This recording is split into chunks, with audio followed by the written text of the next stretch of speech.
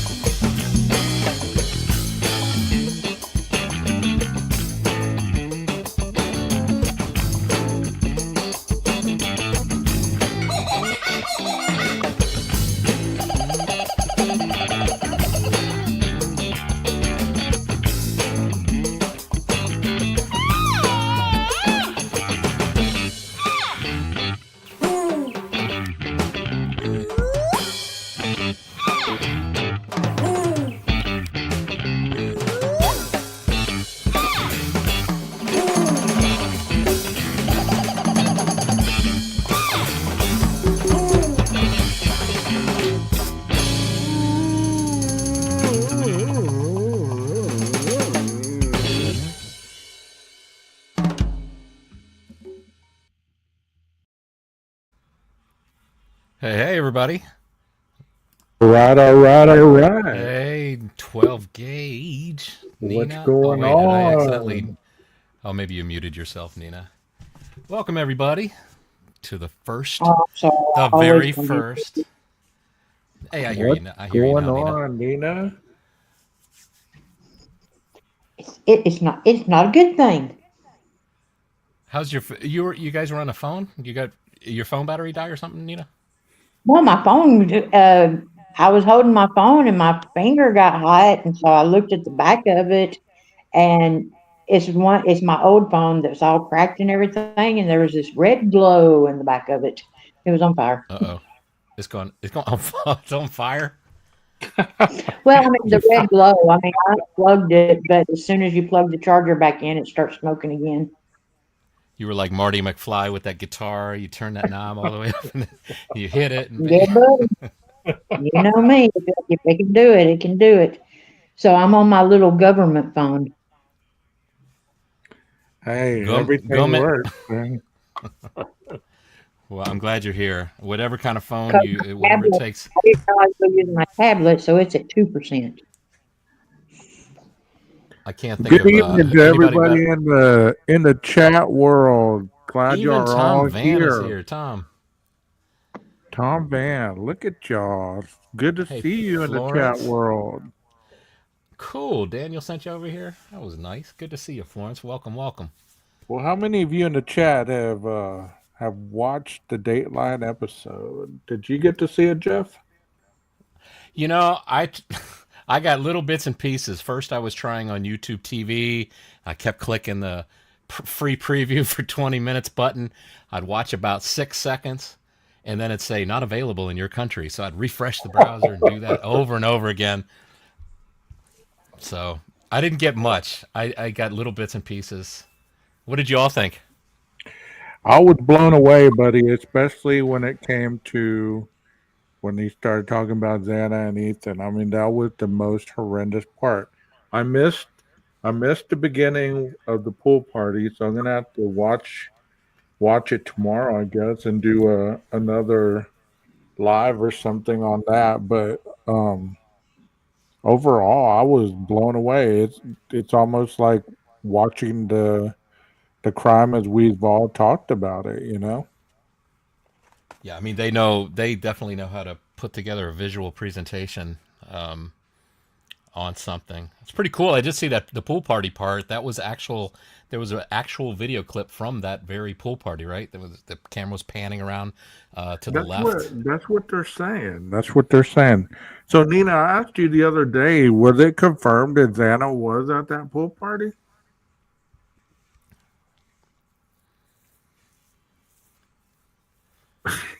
I think you're on. Looks like you're on mute, Nina. Oh, damn if I ain't pulling a swamp. Anyway, let me fix my hair. Anyway, Totally, totally. Fix your hair. Man, double play. anyway, Good one. so I'm in rare form tonight. Y'all, I have earned my warning label tonight. So Jeff, oh Lordy mercy, I'm gonna behave because I'm on Jeff's live. If I was Go on Gage's, ahead. I'd let it go. No, go ahead. You can. Why you gotta behave here? I'm not going to. Hey, I So, don't know if y'all can see oh, that's did you say this is Guitar your Talk first? Universe and yeah, the very first live. I don't know what 12 gauge said go live, so we can all talk about this because 12 gauge you got a couple days before you're unblocked, right? Yeah, I won't be able to go live again probably till Monday. So And I couldn't let my buddy not have the ability to go live, so I said, "What the heck? Let's Well, do it." that's all right. Your buddy was over there. I've never even pushed the Your buddy was buttons over there. in StreamYard. Press go live. Press go live. well, Jeff was like, "You're not going live." I'm like, no." Hey, you know that other channel's cool. You know the name that I have up right now. I mean, I can't even chat with my 12 gauge investigative. They won't even let me go up on panel. So the other channel's cool, but it's like moving into a new house. You're scared to mess it up. You know what I mean? It's like you're comfortable at your other place, where you know where everything is at. I've been stubbing my toe over there and everything. So What's that channel called again, so everybody knows? Because I Stop. forget. it's 12 gauge true crime experience. Yeah. How do you make mods? I need to make mods so I can have somebody take. So I can say, "Hey, can you put that up a link to 12 Gauge's channel in chat?" Well, what you do is you go to the YouTube page of this live, and then you click the three little buttons, and you can put Oh, whoever okay. you want as a moderator. I think I Rondi gotcha. Potter's an excellent one, man. She and Bullets are, good at what they do. Hell, even Guess Texas. who I got a wrench from today? Who'd you get a wrench from? JB Gunner. Wow. Jeffrey Dahmer. I thought they JB already have. Gunner. Oh, JB Gunner. Yeah, he's really cool as crap. Yeah, I've always I guess enjoyed crap's not watching him. He reminds me of people I grew up with. So I he's pretty cool. Well, Jeff, let's start with some of I these just like his. photos. Let's start with some of these photos. We can go from here. Oh, okay, cool. Y'all, this is Gage's do- live. Me and Jeff what just do we- here. Not Yeah. really. This is y'all's live. I'm just supporting, just kind of like, I'm kind of the Oh, there's background. another black hood. Hey, I'm the background singer right now. You are the lead, so. No, I got my learners. I got my live stream learners permit, and 12 gauge is my 12 gauge is chaperone. Well, how do I get a learner permit? Well, they mentioned this hoodie ensemble that he did. He took these when he was at Albrightsville. So this is one of them. And this one was supposed to be kind of like a hoodie that he took while he was watching Ted Bundy's, Ted Bundy episode on YouTube. And he was kind of like emulating the visual that he saw in that. Does he not look strung out right there? Look at those pupils, bro. Oh, Lord. Oh, I got to have these pictures. I mean, Coworker Funnies is calling. yeah. That picture right there, that would be pretty funny. What do they say? A picture says 1,000 words. Mm-hmm. So what that picture say to y'all? I'm fucked. Well, Sorry. I mean, I did an upload earlier right before the Dateline thing, and I read an article. I read that article that you were sending me, Nina, and Spurt, and it was talking that he was doing a lot of Google searches. I mean, he even Google searched his name, his own name. Okay, do you know how to do Google trends of searches like back in the past? Yeah, we have talked about that. Yeah, buddy. I mean, there's a better shot right there. I mean, do you think that's what DM saw that night, other than the rest of his nose area closed off? Does that look like a balaclava, Jeff? Wow. Well, I mean, his if you nose cinch that up, yeah. to where you only see the eyes, I mean, wow.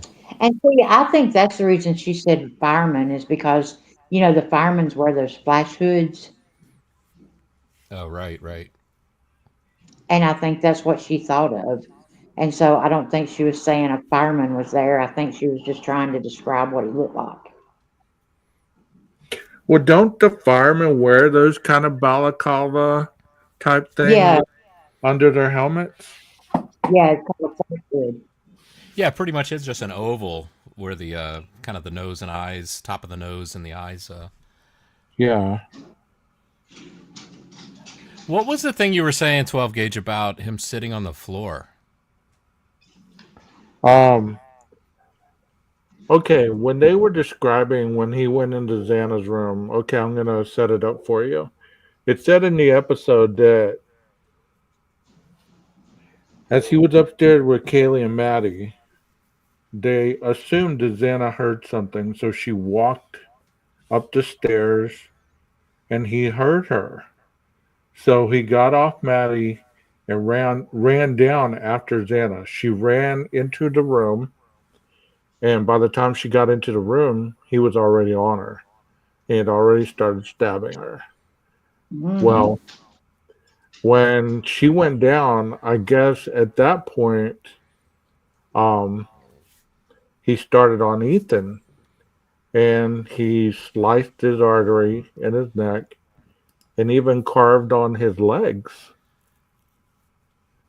And out of exhaustion, I guess he sat down and there was a pool of blood that he sat on, or it was either on the outfit he was wearing, and it left an imprint on the floor.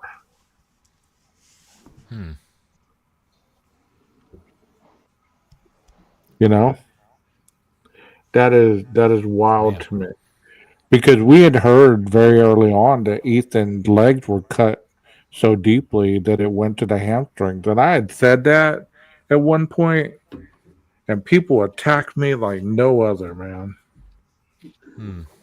Had you ever heard that?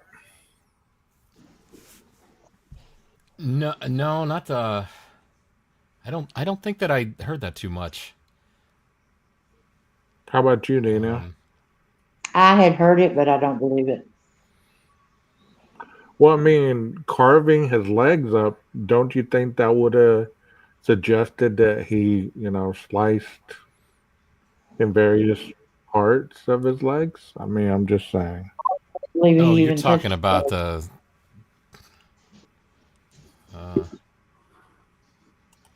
Are you suggesting that very? I mean, it makes me think of like an incel type of activity, or just. I mean, is that what you're talking about? You talking about slicing? What I'm thinking you're talking about? No, no, no. Oh, okay, okay. I No, missed I it. know what you're talking about. I mean, I'd heard that. I'd heard that too, but that's not what I'm talking about. I'm talking about um, slicing his legs to his hamstrings. And I Not would a just, not a Lorena Bobbitt type of no, no, situation. no, I Okay, wasn't gotcha, talking about that. No. gotcha, gotcha. No, I'm trying to keep it PG over here. Man, I Yeah, can't so believe I didn't have well, I tried to watch this with the watch party over at Daniel's, and it just got to the point where just there was no more room. It just said it hit the max number of people that could watch. yeah. So Well, one thing that was interesting that I also saw or that I heard is right after they said he got up to leave and was walking past Dylan, she saw him, and right before that you heard the thud, and then you heard the dog start barking. You heard the inaudible kind of sounds, and it did sound like someone was crying. And then you heard a big old loud thud, and then you hear the dog start barking. I mean, they played that camera footage, which I thought was they weren't going to do it, but they did it. right. That is wild. I mean, if you have Peacock, you might watch this tomorrow on Peacock. They usually replay it Yeah, actually, I the think I day do. I think I after. do. I'm dying to see it. Yeah. See the whole thing. So is it your impression that the dog started barking because of the loud thud, like the thud triggered? Yeah, because the thud was loud, Jeff. I mean, it sounded Yeah. like, I don't know, it sounded like somebody hitting the ground. I don't, it was just very, very noticeable. You know what I mean? It wasn't something that was distant and how we've always thought, well, it was just a very faint thud. Heck Hmm. no, this was like a loud boom kind of, I mean, just something very hard hitting the ground. Oh, I wonder if it was hitting the ground or somebody thrown up against the wall. I I mean, it couldn't, seems like I couldn't it tell was you. I mean, we saw. it sounded like a dresser falling and hitting the floor type thing. Hmm. It was that kind of loud.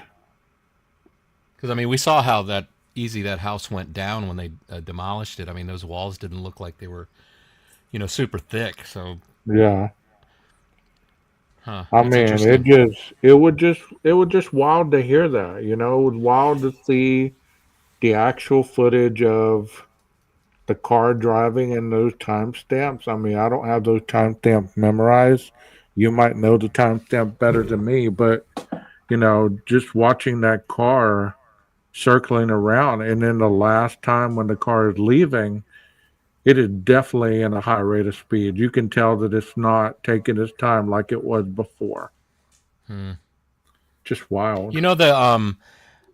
I mean, that was one of the parts I really wanted to see was that light bulb camera. But of the light bulb camera that was in the preview for the Dateline episode, I took them all and lined them up, and there's 5 passes by that Linda Lane camera. The only one that was missing from the preview from Dateline, and now maybe they showed it in the actual episode, the only one missing was the one that would have preceded the 4:05 a.m. where the car sits there in front of Linda Lane for 10 seconds and shows off that side window very, in my opinion, pretty clearly to determine it's an Elantra. But all the others were there. All the times made sense. Yeah, I was working on a video where I think it'd be cool to have all 3 cameras on screen at once. The 1320, Linda Lane 1330, and the instances where this light bulb camera shows up, so that you can kind of in real time too, not like fast forward an hour, fast forward 30 minutes, just in real time with a real clock at the bottom, so you can sit there and just pretend like you live there at one of the apartments at Linda Lane, and you're listening and you're watching, and hopefully you'd kind of get a better sense too of like whatever you're seeing on all 3 of the cameras. There's gonna be times where you kind of see like the car on one camera heading towards, crossing past front of 1320, heading towards, where he turns to King Road. Then he see him at King Road. That's the thought anyway. Well, it's interesting to see that car doing all that. So if you see that much detail, I mean, you really don't see a lot. Granted, there's people saying it's a different type of car. The mufflers sound different. I mean, all that stuff, there's people saying there's 2 different vehicles, all kinds of stuff.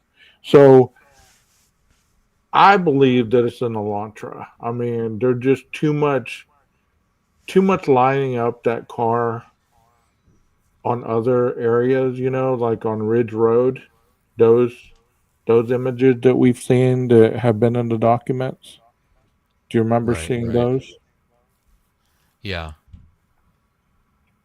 Wait, sorry, I'm messing around. I totally forgot about this aspect of a StreamYard Live. I can put up comments. Nice. Yeah. You can even put up a nice little banner. Nina, are you still here? Here's a nice little banner. How do you like this one?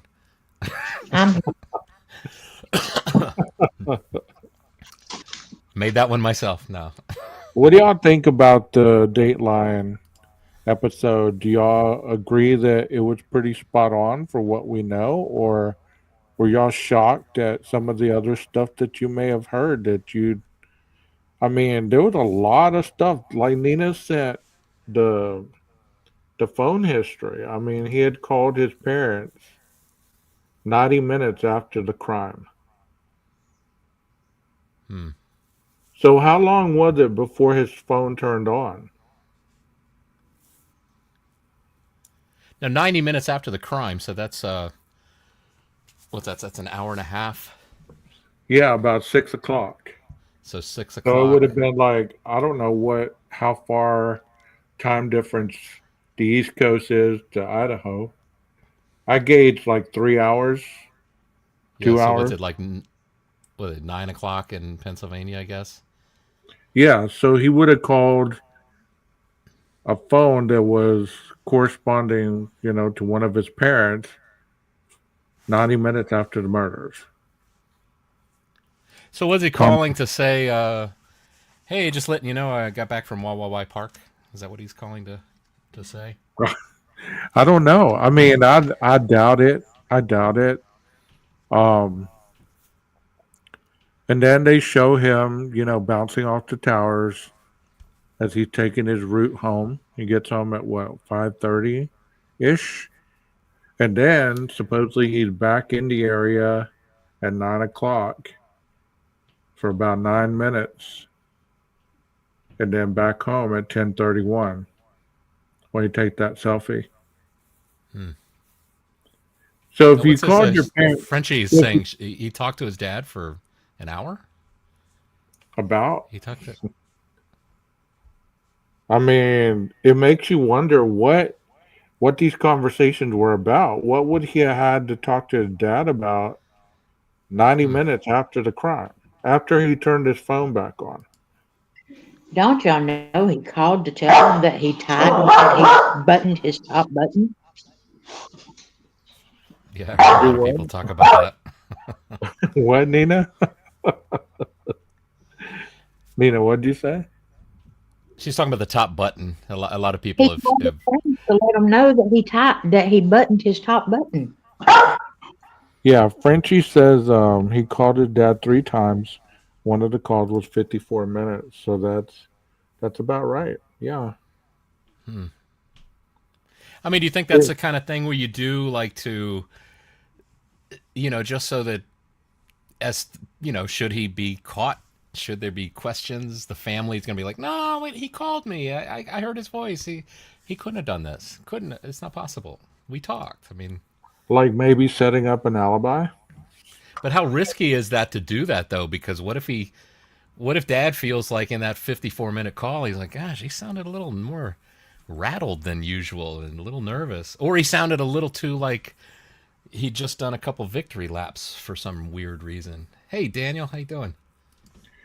You know, another part that they identified as well, You put Jeff. the wait. Let me 12 gauge. Tell me how you put the. Oh, I just put the link invite in the chat, right? You That's all I put do. the invite where it says, see, I don't have the invite down on my toolbar, but it's next to the present. I think I can do that. You just click and copy and then go to the bottom and Uh-oh. we We lost lost Nina. Nina. Daniel, if you want to, come on up, that'd be cool. Nina, where'd you go? Anybody else too, I guess, right? I think Yeah, anybody that what saw it. I can do like what, 9? I can do up to 9. Yeah. You know that token Asian that we used to joke about, right? They finally gave her name. They showed her picture. She was a coworker of his. Well, she had started to have romantic feelings about Brian. And it's stated in that episode that one time when she, kind of threw her shot, he shot her down. Like he wasn't interested, like she wasn't good enough. I'm trying You to get know, those. Do what? Go. I'm trying to get those up so you can see them. Nina's back. Okay, Nina's here. Is that Hey, Nina. screen? Hey, Gage. So what do you? Yeah, that's the Oh, one. that's That's the one. yeah. So I grabbed this. I sent you these 2 pictures because I was curious. I mean, we talked about this a long time ago, where when he's got pulled Yeah, over yeah. for the crosswalk. I was just trying to figure out. It's really kind of hard to tell, but is that the same person? It's interesting that because as you watch her, she passes by the front of the car twice, and she never really kind of looks directly at him, almost like she's avoiding looking that direction. And then I think we were looking at it before too. It looked like he kind of glanced her way. Yes. So We joked around that night about that. yeah. So I don't know. I don't know But for sure. I can't. that's the same woman that, get this, okay? She went into her apartment one night and she had burnt a cake. When she went back in, she found the cake was in the microwave. On another occasion, she found all her um like um makeup and nail polish was neatly placed on the backside of the toilet, like in a neat row, like in a compulsive way. And she noticed that a lot of the stuff was placed in a neat kind of variety type thing. And also, she noticed a letter that was special to her and a piece of jewelry missing. And that's when she went and got the camera. And since she couldn't figure out how to put the camera up, who does she call? Who does she call? Brian. Brian. And then Brian helps her. Well, the night that she heard, or that she was freaked out about the cake and all that, she ended up over at Brian's house or apartment. She stayed the night, nothing sexual. But she got to thinking about, once he set up the camera, could Brian have had that app on his phone? And that's when she started to get freaked out about it. And this is who? Who is this girl you're talking about? Not this one that you're this looking one. at right now. Yeah, this is the one that It's works her. with him. Yeah. Oh, She lives I in the always same assumed that was a apartment. different. No, she lived in the same apartment complex as Brian did. Huh. I don't remember her name. They said her name, but it was going so fast, and I was trying to assimilate all this information, It's almost like seeing a new Star Wars movie for the first time, Right. You know what? I think I got it. If I play the audio over the mic, you think I'll get copyright strike?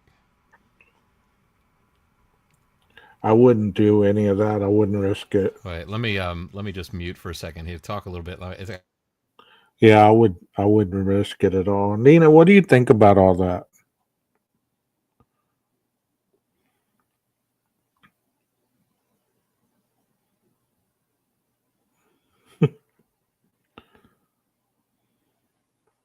I don't know if it was her ID or not, but she had stated that a letter that she received that was very personal to her was missing.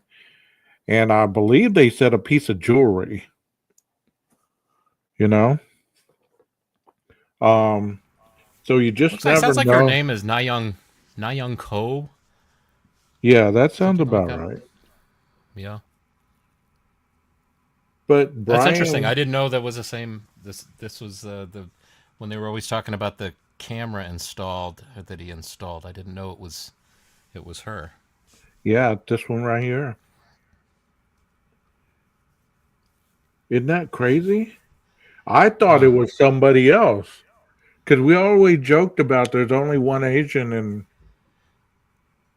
in Pullman, Right. The token Asian girl, because everybody just talked about her.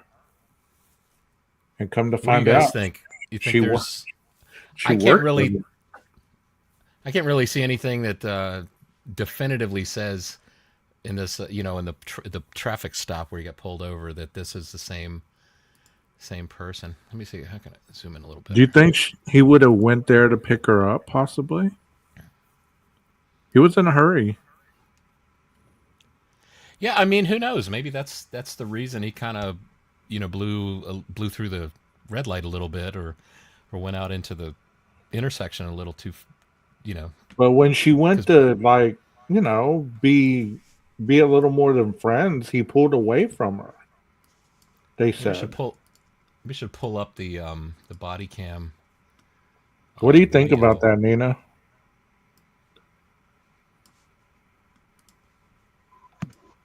Nina Bina? I know what you probably think. You Hang think on, he I'm has you think he has a certain type, right? Oh yeah, he definitely has a certain type. Definitely. They look just like me. Well, the girl at the pool party looked like that type yes, of she person. did. Also, look at Ashlyn Couch. Yeah. What if Ashlyn would have been the target and she wasn't there? Sorry. I don't know. That's an interesting thought. No, I mean seriously, if she had been the target. Yeah, that's another thing. That's another thing, y'all. CRZ says she asked BK about the key. He said he never saw it, but the key was put back the next day at work. Yeah, she was asking around about her key to her apartment, her spare key. had went missing, and she asked Brian about it, and he denied it. And then the next day it was back there. Thank you so much for that, CRZ. Yeah, there were just so much. If you guys watched it and y'all can help us out with any part that we aren't talking about, be sure to type that in the chat.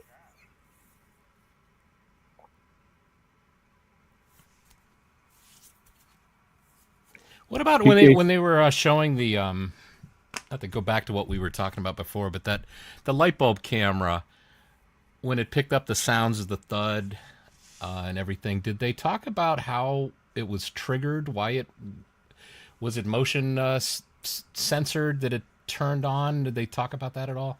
No, they did not. He just talked about, at 417, the camera picked up distorted sound that sounded like crying or whimpering, and then a thud, and then the dog barking. And then after he said that, he played it. It paused a minute, and then you heard the loud thud, and then it goes, or no, it's a crying kind of whimpering sound, the loud thud, and then it goes silent, and then the dog starts barking. But the barking is loud. I mean, you can hear the dog barking clear and loud. It's almost like the dog is on their porch. It is that clear. That Yeah, camera is a Daniel good. says the camera's continuous, not motion activated. Yeah, that camera is good quality, man. It caught a lot. Yeah, I think I mean it's too bad that the headlights and the tail lights really bloom and blow out, but I think I can't wait to look at it a little more closely to see that side window to at least I mean there are moments when I saw it and I again not looking at it really zoomed in really close and checking it out, but that I mean I see the distinct side window shape, especially at the Yeah. rear. I see the side molding, the body of the car. It's got that diagonal, line that goes from front to back, going upward as it goes towards the back. And it's also got that shark fin antenna. But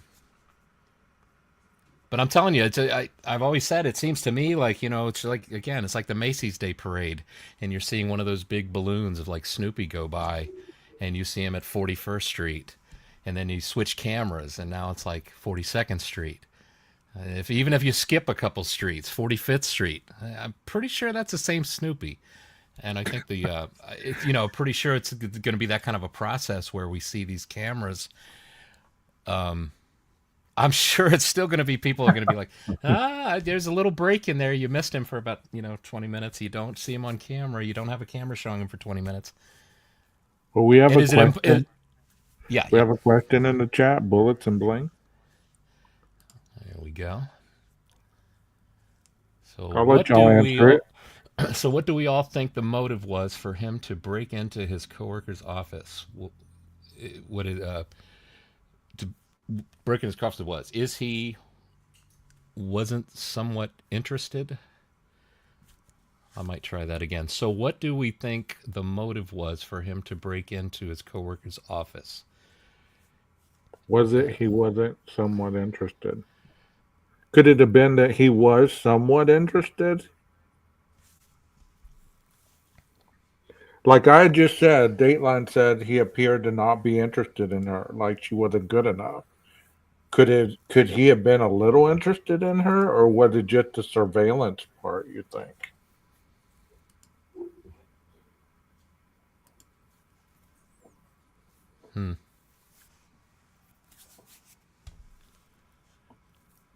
I like Sarah's comment. She says, I think they either had a Ring camera or an Alexa in the house that recorded. I lost it. It went up. There it is. Let me see if I Okay. can find it. Alexa in the house that recorded everything, or maybe DM or BF recorded the sounds on their phone. Then he looked up at the night sheets a little while after, and then again in December again, which is when he tried to delete his history. Yeah, they were talking about a lot of deletions that he was attempting to do.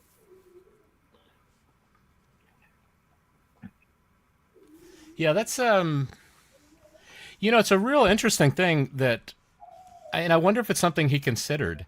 It's like some of the stuff. Some people might say it's like, well, he's in criminology. Of course, he's going to be searching this kind of stuff. Makes sense that he would do this. Of course. But I think just with everything else, the summation of it all. What was that quote that I was telling you about today from what's his name, Brewski? Tony Bruschi. Tony Brewski. What did he say?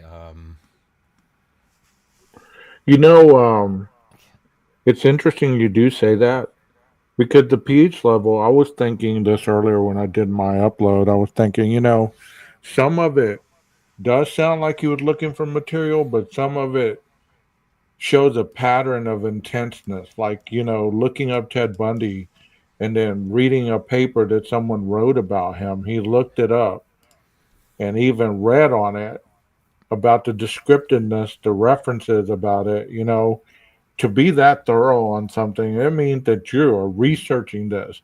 So if he didn't teach on Ted Bundy during the first semester of his PhD courses, that tells you a lot right there, wouldn't it, Jeff? Mm. I mean, if he's not talking about Ted Bundy in any of his courses that he's doing, the TA stuff. I mean, and it's always made me think too when people say it's like, well, you don't learn, they don't teach you at DeSales how to do all this stuff. The thing is if I go to like Berkeley to study music, but then I study beyond what they're teaching me, that's because I have a passion for it and I go beyond what I'm being taught. So it's not just that the school didn't teach you. It's that passion. And yeah, if you seem to have a strong interest in Ted Bundy, just another thing that make you go, Frenchie has a good statement. He had over 60 screenshots or articles, Oops. etc. about the Idaho 4 on his phone, apparently. I think his mom had an obsession with Bundy, which rubbed off on BK as he was growing up. That's a great thought right there. What about the movie that his sister was in? I've always thought that was kind of interesting. That is there any possibility that when you're a teenager? I think he would have been around 16 or something like that. Yeah. Your sister is starring in a movie, a knife slasher movie. Is there any chance that you go to the set, watch them record? I don't know. That's a good thought. Texas. He says, I'm thinking that page that was underlined in the book he had was a book about Bundy. Nina, I don't know enough about that slasher movie. You seem to research some of that. Can you speak on that at all?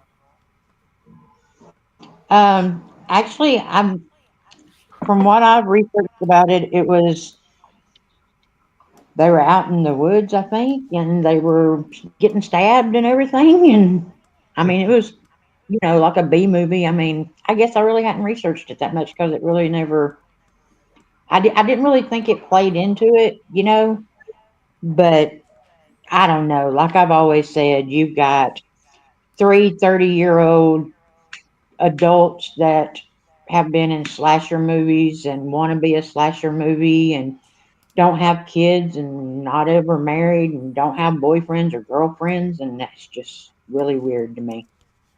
Right. Here's I'm putting up in the comment. This is a line that is in the movie because I did watch it on Prime.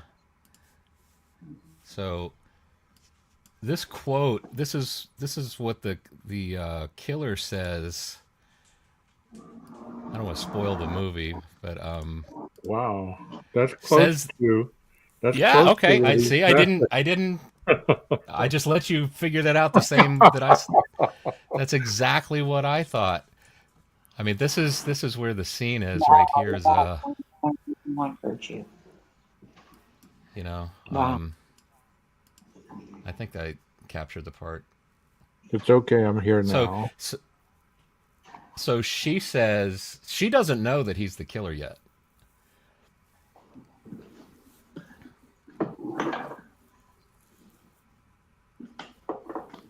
That's not going to give me a copyright strike, is it? Playing that. It shouldn't. It shouldn't. As long as you're not, I you think he know, as says long it. as I think we're he says it right talking. here. Say, relax, relax. I'm not going to let anyone hurt you. You know, that's interesting, Jeff. I mean, we can all take a piece of that because it could be like, you know, it's okay. I'm gonna help you. Yeah, I mean, I couldn't help but notice it. It's just a similarity. I mean, I got the movie. I didn't really watch it, like just hit play and watch it. I kind of skimmed through it and got the general idea. And one of the first things I did was go look at the credits just to see if Brian's name might be in there. As if, if he did go to the set to watch them or was there, maybe he helped. Maybe he moved a light. Maybe he, did something to Yeah, help. They that's the put him in the next question. credits. But Rondi has a question. what's that? Yeah, I'd be curious to know. I couldn't. His name's not in the credits. There's not a lot of credits. It's a very low budget movie. But if I'd have seen his name in the credits, and I would have thought, that shows that he was there. But how can your Yeah, sister? How can your sister be in a movie like that and you not be like, hey, can I watch some of it? Have they edited any? Can I? Is there anything we can see yet? Or maybe family movie night, you know. Let's watch Melissa's movie or whatever her name was. Amanda. Amanda. Do y'all think BK had the knife on the way home when his phone was turned off? That's a great question. I would say yes. What do y'all think?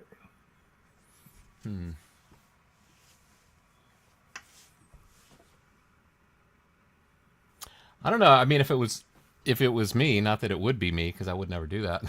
But I'm thinking, you want to get rid of that from your possession as quick as possible, unless you're keeping it as some sort of prize and you really don't want to get rid of it. But I can't help but think Wrapped of up in the shower curtain. I mean, who's gonna look at it? You know.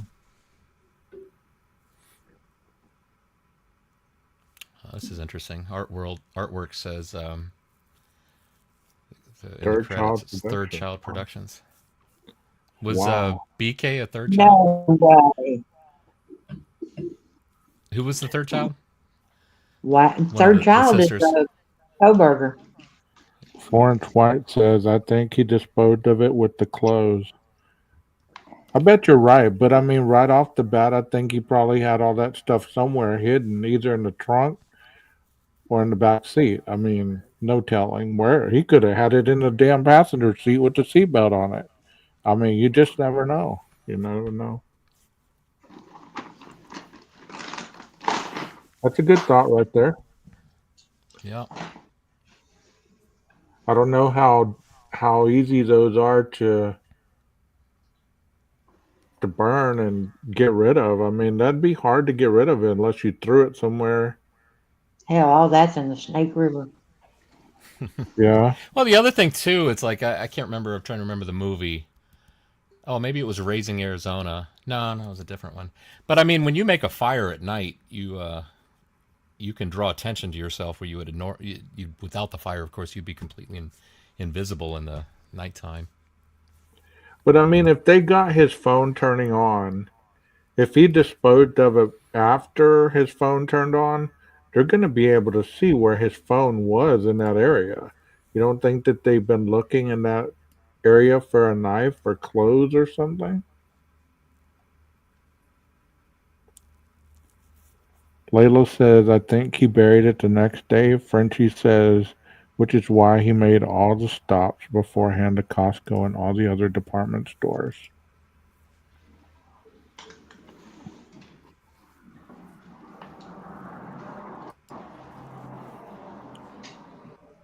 I believe that water does destroy DNA in time. I don't think immediately. Had they probably found it within a day or two, it might have been able to find some stuff on it. PKC says, I was amazed how fast he took off the last time. I wasn't sure if he was going to make the corner. I thought the same thing, PKC. I thought he was going to take out that sign. His driving When he makes that right turn. Yes, his driving sucks. I mean, Oh man, I got to see that. I thought he was gonna take that sign out. Isn't there a hydrant too there? Right there on that corner? Gage, I got a question. Okay. Okay, so when you go into your Discord, you can go and you can click on a little tab and it's called Watch Together. Yeah. And what it is it's, anything trending at the time. So what I was wondering is since it aired tonight, it would be trending like tomorrow, right? Yeah. It should be. Could we like go in one of our Discords and do a watch together? I don't know. I'm not trying to chance that at all. I just I just got out of timeout. I'm not doing that. I'll do it on mine then. I'll make a server. No, as a matter of fact, I mean, when I was helping Daniel earlier, and y'all, I want everybody to know right now, I'm going to take a break right now and I'm going to tell y'all something. Daniel worked his butt off to make that happen tonight. He Hmm. spent good money so he could have more than 50 people in there. And people were being so mean and say, and I just want everybody to know that he gave it a valiant effort and it was trial and error. It was the first time ever doing it. And I applaud him for it. And I hope that everybody will definitely do a watch party next time because the kinks are worked out now. Okay, that's my soapbox. Yeah, wasn't there like at one point when I looked at it trying to get in there, I think there was like over 100 people that were, you know, in there, and I don't know what the maximum was that would be allowed to watch, but I'm definitely gonna watch it tomorrow if it's available tomorrow. Can't you watch? Oh, 12 gauge got blocked again. He'll No, be where did he he'll be go? back. He'll be back. He's his own voice is actually copywritten by somebody else, and I think he used his voice, and boom, he's gone. 12 gauge, you gotta use that fake accent so you can avoid that copyright. Oh my Good to see goodness. you, Leslie. Hey Leslie. there. So, Oh, PKC, you were yeah, see, saying you saw. You can see it. I How do was you see trying it? to watch it in the watch party, but I finally just backed out to let some of those that were getting really angry go in. So, because I figured, heck, we can watch it anytime.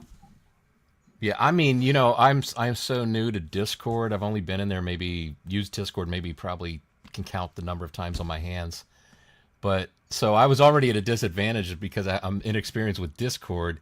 And then when it came time for the thing to be watched, I mean, I was probably like it's like if we were at a concert, I would be like, "What do we do now? How do we get into the building? Where's the door? Ah, too late."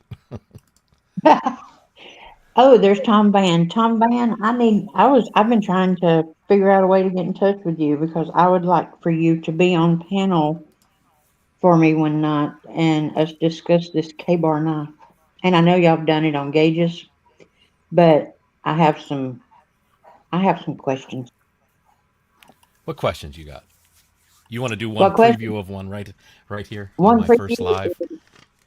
I have been told that a KBAR will dull too quickly to take care of four people, and I just really don't believe that.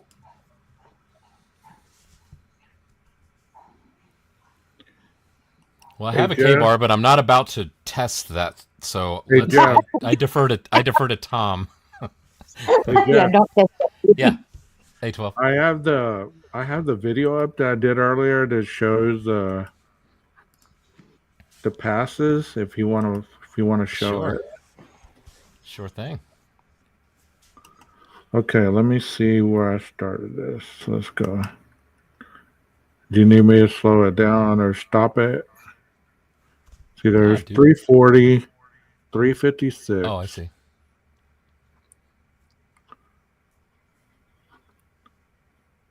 and then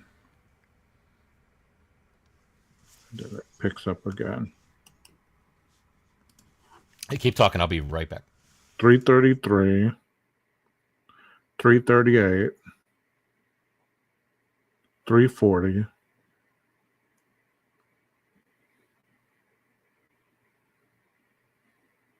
Who is that guy at the bottom talking, man? He looks annoying. What do you think, Nina?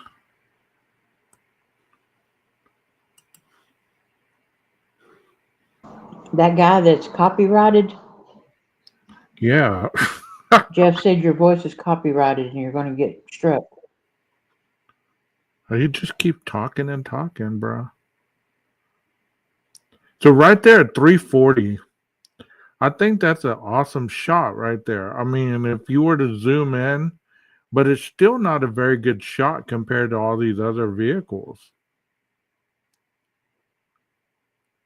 Why couldn't there have been a damn camera at this house? Right? Yeah, and it's so unfortunate about the, that, like if there was a slightly different camera exposure, if it was possible, wouldn't, we'd be seeing it much better. Well, I plus want do to. the It's so infrared freaking factor hard. too. It's so freaking hard to stop it on the part that. See, like right there. Oh my gosh, is that my first super sticker? I am no longer a super sticker virgin. Thank you, Leslie. What? What? That is awesome. That is awesome. And I was Leslie, just thinking, like, I'm $1.49 short for something. Can't remember what, but 338. that is So awesome. right there, Thank you, Jeff, Leslie. if you think if they zoomed in right here, you could see the outline of the vehicle a lot better. Of the side window. Yeah. Um, Because I'm I mean, thinking there's they a have some technology that could freaking dim the front lights a little bit. It looks like he had his freaking brights on. Well, he I, probably knew that with the lights on bright, it would distort the camera vision. that's That's what what I I'm was thinking saying. too. But that would also draw a lot of attention to yourself. But he's a I'm, shitty driver, bro. yeah. Okay, we just killed 4 people. Oh, this is before. Now then, okay, look, I really think that he was trying to talk himself out of it. See, there is a hydrant right there. I knew it. He almost clips that damn hydrant on the way out at 407. You think he was talking himself out of it? I Oh, think so. I think, I sit there and go back and forth because I sit there and I go, nah, he's pumping himself up and getting ready. And then I'm like, man, no, maybe he's second guessing himself, you know. But okay, do y'all know the guy? He's got a TikTok channel, and he did a project with Coworker at the sales. Mm-hmm. He's the guy that I have the statement where he says that he finally realized that he had nothing to lose, and he said F it and just went and did it. And I'm trying to get him to come over to YouTube and talk to all of us because I'm telling y'all that guy has some insight and he believes 100% that he's guilty. And this is a guy that went to class with him every day at DeSales. This is not high school. This is not middle there you go, school. Tom. You know what I'm saying?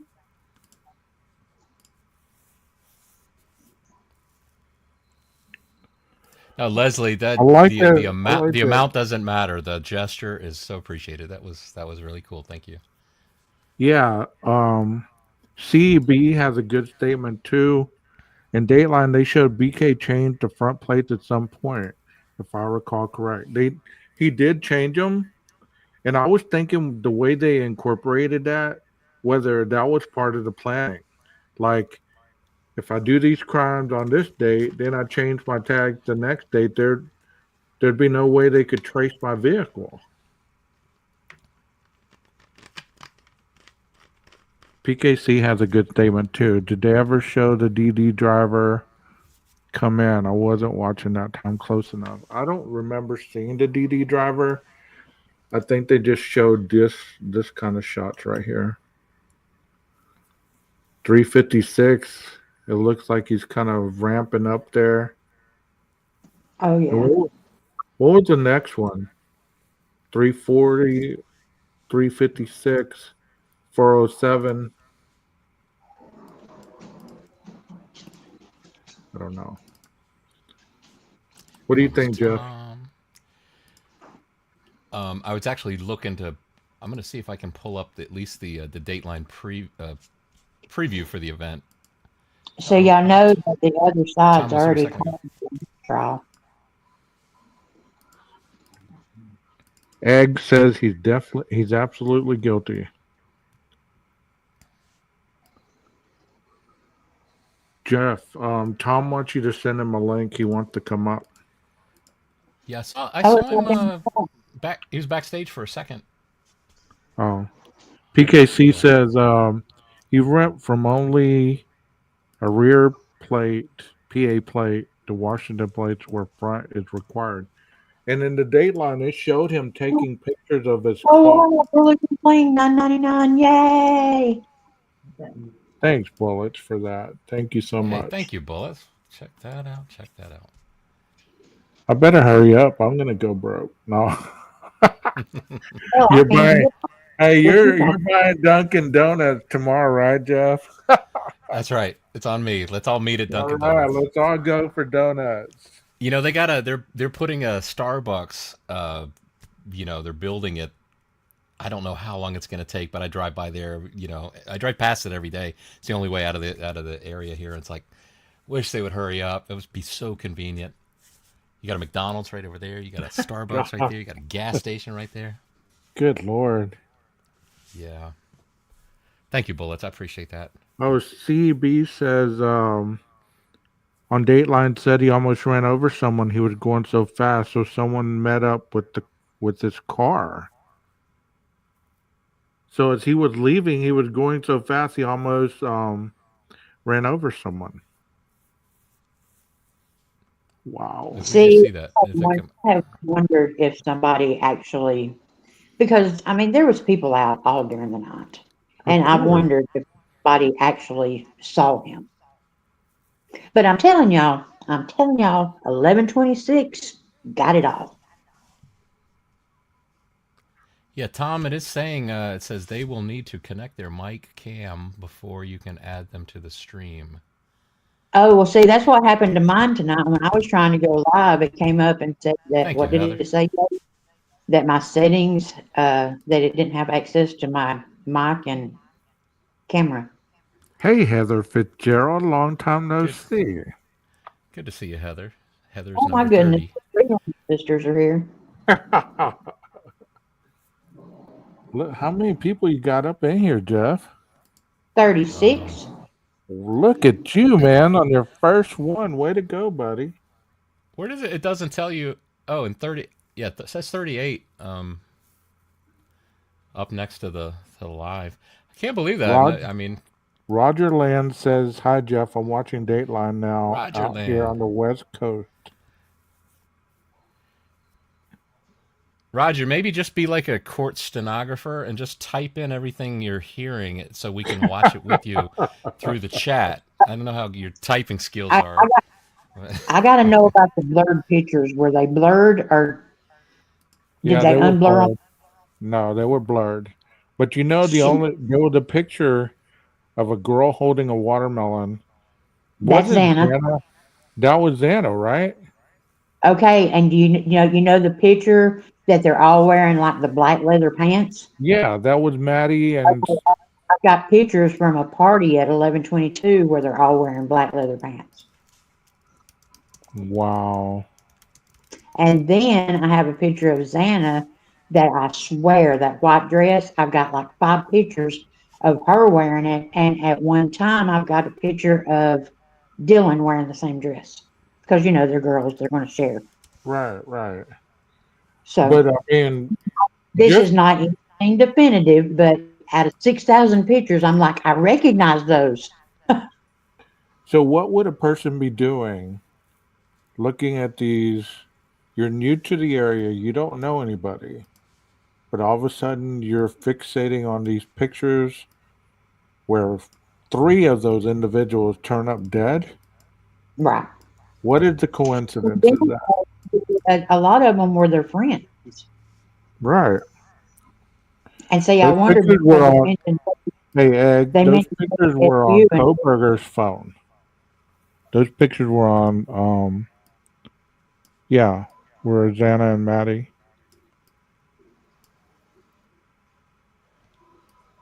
There was one picture with 4 girls wearing mostly white that I took looked familiar. Where were they wearing all white at? Was that at that formal?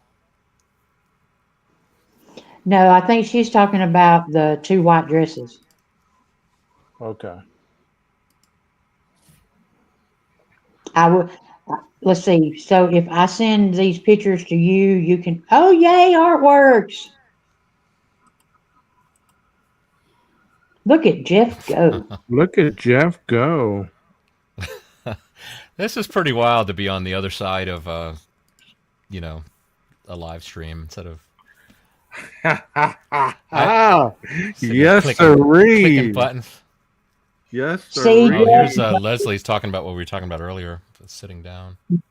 Jeff, you've always heard me say that I'm a fantastic passenger on a panel, but in the driver's seat, it's like way different. Hey, Yeah, our no, work is good. it is. I feel like when I'm a passenger, I'm getting like ideas. I'm pulling up images. I'm sitting here like Right. frozen. Like what could I show? What could I show? Part of me wants to. I want to show something on my YouTube channel so I can say, I hope Jeff H doesn't mind me showing this from his YouTube channel. I wonder if he'll strike you. I wonder if he'll strike you. Make sure I'm you gonna give him strike a break. myself. This is too cool, man. This is too cool. Why are you striking yourself? Why are you striking yourself? Why are you striking yourself? Could it have been Read it a again. work Read it again. picture? PKC says, could it have been a work picture? Seemed like Maddie Mogan had a lot of photos in white. Wondered if she was going to or from work. Okay, I'm going to send y'all some pictures. You can put them down at the bottom. See where it says present? Click on the present button. You Share. remember that? You Share. remember I'm on a good phone. I'm walking you through it. It doesn't say present. Well, who are you sending the pictures to? One of y'all's emails. Oh, okay. Let me check. Let me go check mine. Now, where do they put the back private chat's in a different place when you're live? You know, when I've been on StreamYard Yes, before. like we're all confused now. I gotta say, StreamYard does make this whole process, you know, rather easy. Hey, for the chat, anybody in the chat who don't know me, my name is 12 Gauge, and I run a channel called 12 Gauge Investigative. Just letting y'all know. Just a little shout out there. Oh my gosh, shameful self-promotion. Let's put some. Hey, I'm gonna put some links up here for you. Hey, you know, do the channel. banner. Put our links in the banner. That'll help us. You know, because we all make a wonderful team. We all make a wonderful team, I believe, don't you? We go way back too. I mean, even though it's my channel, it's still y'all's channel too, because y'all have been over there on my panel and stuff like that. So, you know, we're all one team pretty much, even though. I totally agree with that. You know. Now here it's 12 Gauge Investigative. Jeff H. should do Pro Burgers where they're now video in a few years. Did you see that? The 80s kid said Jeff H. should do a Pro Burgers. Where are they now? Video. Oh, Tom, I saw you pop up again. Yeah. Where are they now? You know, I mean, part of me just wonders is we keep learning more and more. Is there going to be a point where it's like the realization that Ann Taylor clearly knows all this stuff that we're learning? It's like, you know. Oh yeah, she knows. Of course she knows. What and you know, considering if that's the case, I mean, what a job. I mean, I don't know if I could do that job. You gotta basically go for a not guilty verdict, whether this person's innocent or guilty. And no, that's when you go. I'm sure it's easier if they're innocent. Right. Trying to knock the death penalty down to just I mean, because in that case, if yeah. you get the death penalty struck, it's a win. I don't, kind of like that one guy said, though. He said at this point, he believes that not guilty is the only way that's it's gonna go because they're not gonna knock the death penalty off this. You know what I mean? Oh, That I one defense lawyer was talking about that. He said a not guilty is the only way that they need to go for the not guilty. Otherwise, all this other stuff's really not going to matter. So for a ex-defense attorney to say that, he kind of knows. I just come to the realization of why when I watch people do lives where these chats pop up and pop out, it's like because they keep popping up, and they you end up clicking the one that you didn't mean to because the whole thing scrolled up and it's like I didn't remember clicking that one. Jeff needs to make a song called Bye Bye Bri Bri Fry Fry Fry. Yeah, Jeff, do a Gary Gilmore Eyes type song. It fits BK. Gary Gilmore Eyes type song. Who knew your first live would be so popular, Jeff? I knew it. I kept telling you. I kept telling you. Well, I see how it can become kind of addictive, and maybe I was just trying to avoid another addiction of some sort, Well, mess around and YouTube will break that addiction really quick for you. So I'll see y'all tomorrow. We'll be on again tomorrow. We got our morning breakfast live, and then we got our lunch live, and our dinner live, and our late night snack live. And are like, and are like 4 a.m. live. Where is somebody here? I'm just now getting in. I'm just now getting into bed live. Welcome, Tom. Good to see you, brother. Tom Van. Tom. Boy, it's hard to get on here, Jeff. Well, that's how you filter out people. You gotta, if you've got the ability to get through all the loops and hurdles. I knew you could do it. We put all kinds of stuff in your way to block you, but that's okay. I got an AI.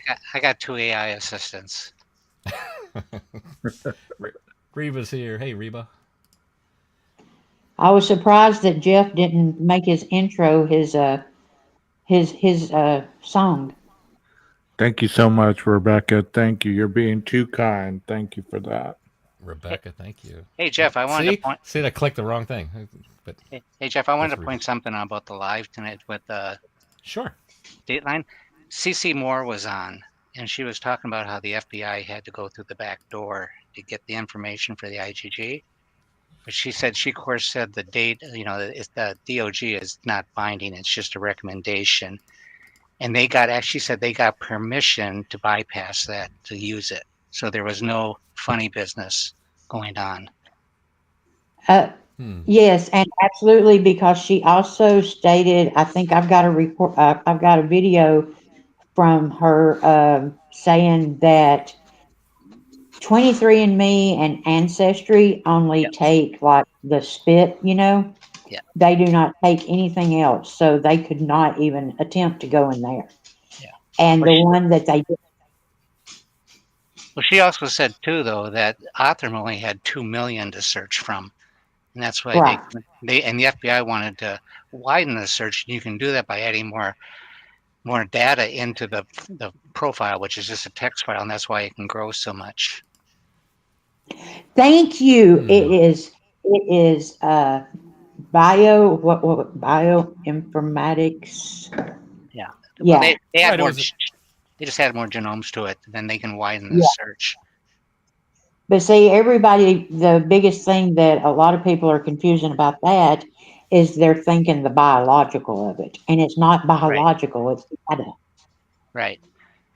And it was also funny. They found over 280 skin cells minimum on that sheath. Everybody. It's transfer DNA. No, it's not.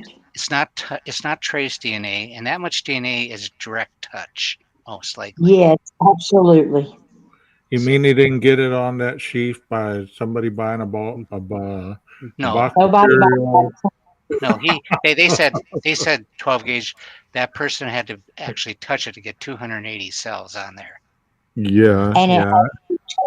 like for some minutes. I mean, it So wasn't just a what's your theory of when it got touched? That could be any place, Jeff. There's no such thing as a perfect crime. He can touch stuff, miss stuff, or when something happened, when you got people involved, things go sideways. Who knows? Yeah.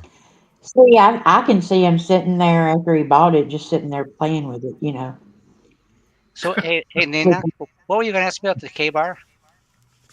Yeah, because there a lot of I'm not gonna say a lot of people, but some of the questions I've been getting is like, okay, well, a K-bar dulls so quickly that it would never go to the fourth person, and that it wouldn't hold up to do four people. Now, I know nothing about a K-bar, but I have heard you and Jeff and Gage talk about it to where I was like totally disagreeing with it and everything. But of course, Well, here's something to maybe consider. Consider this, Nina, too. We have to know where he was stabbing, number one. If you're in soft tissue, so you go from the neck, you go up to the neck, or you go below the sternum, that's soft tissue. That ain't gonna dull because it's not hitting any bone. Now, when you're in the rib cage, if you hit bone, maybe the tip could chip a right, little bit, but it's not going to be. And knife bites are so fast. I saw about 11 of them. Some people died, some people didn't. They go so fast, and you can stab a person so many times, and you don't have to be a ninja or anything. If it's a ninja, they just kill them in two slices or something. So that theory doesn't work for me.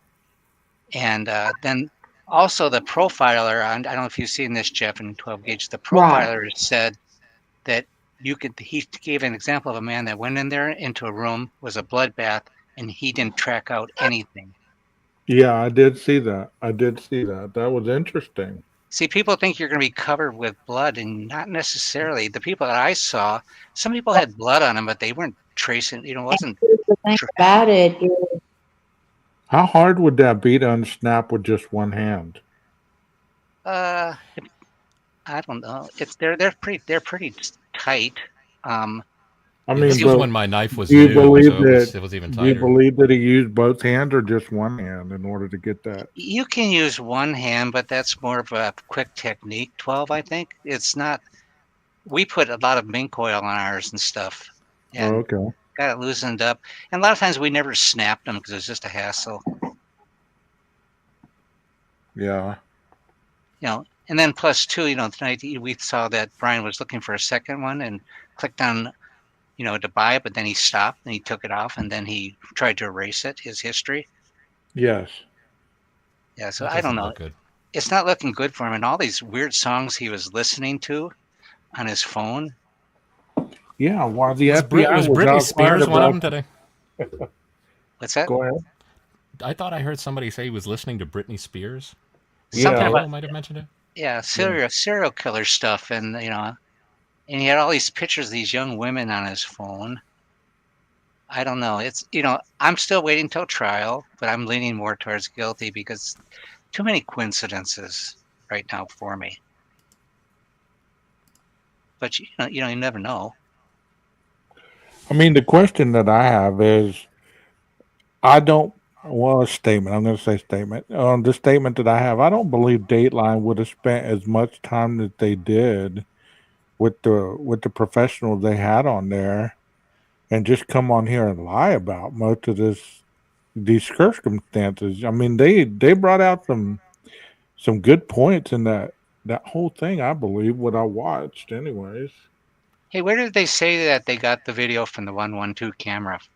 Did they say the people there gave it to him? I don't think they said. I just I just they were just blanket, talking like, well, the camera at this resident picked up this and picked up that. I don't really think that they were talking about how they got it. That's right. It was you, Daniel, that I heard about the listening to Britney Spears. That's your artist of choice, Daniel? So, come on, everybody in here admit it. Britney Spears has got some good songs. Oops, I Name a did it song, again. Daniel. Name a song.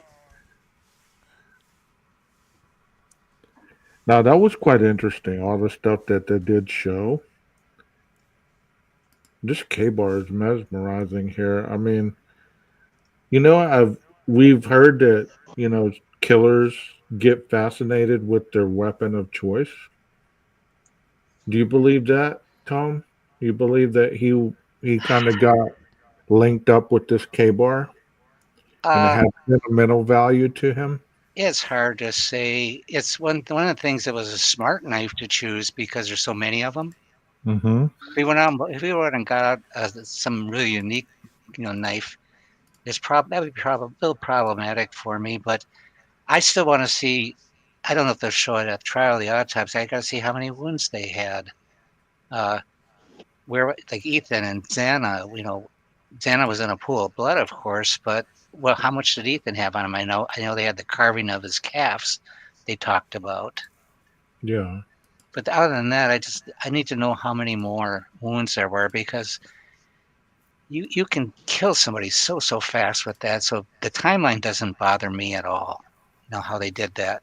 And everybody always thinks there has to be screaming, and of the 11 ones I saw, that one person never screamed. And in Yeah. fact, the guys that lived said that it just felt like somebody was punching me. And then when Yeah. the adrenaline weared off, it hurt like hell. Hmm.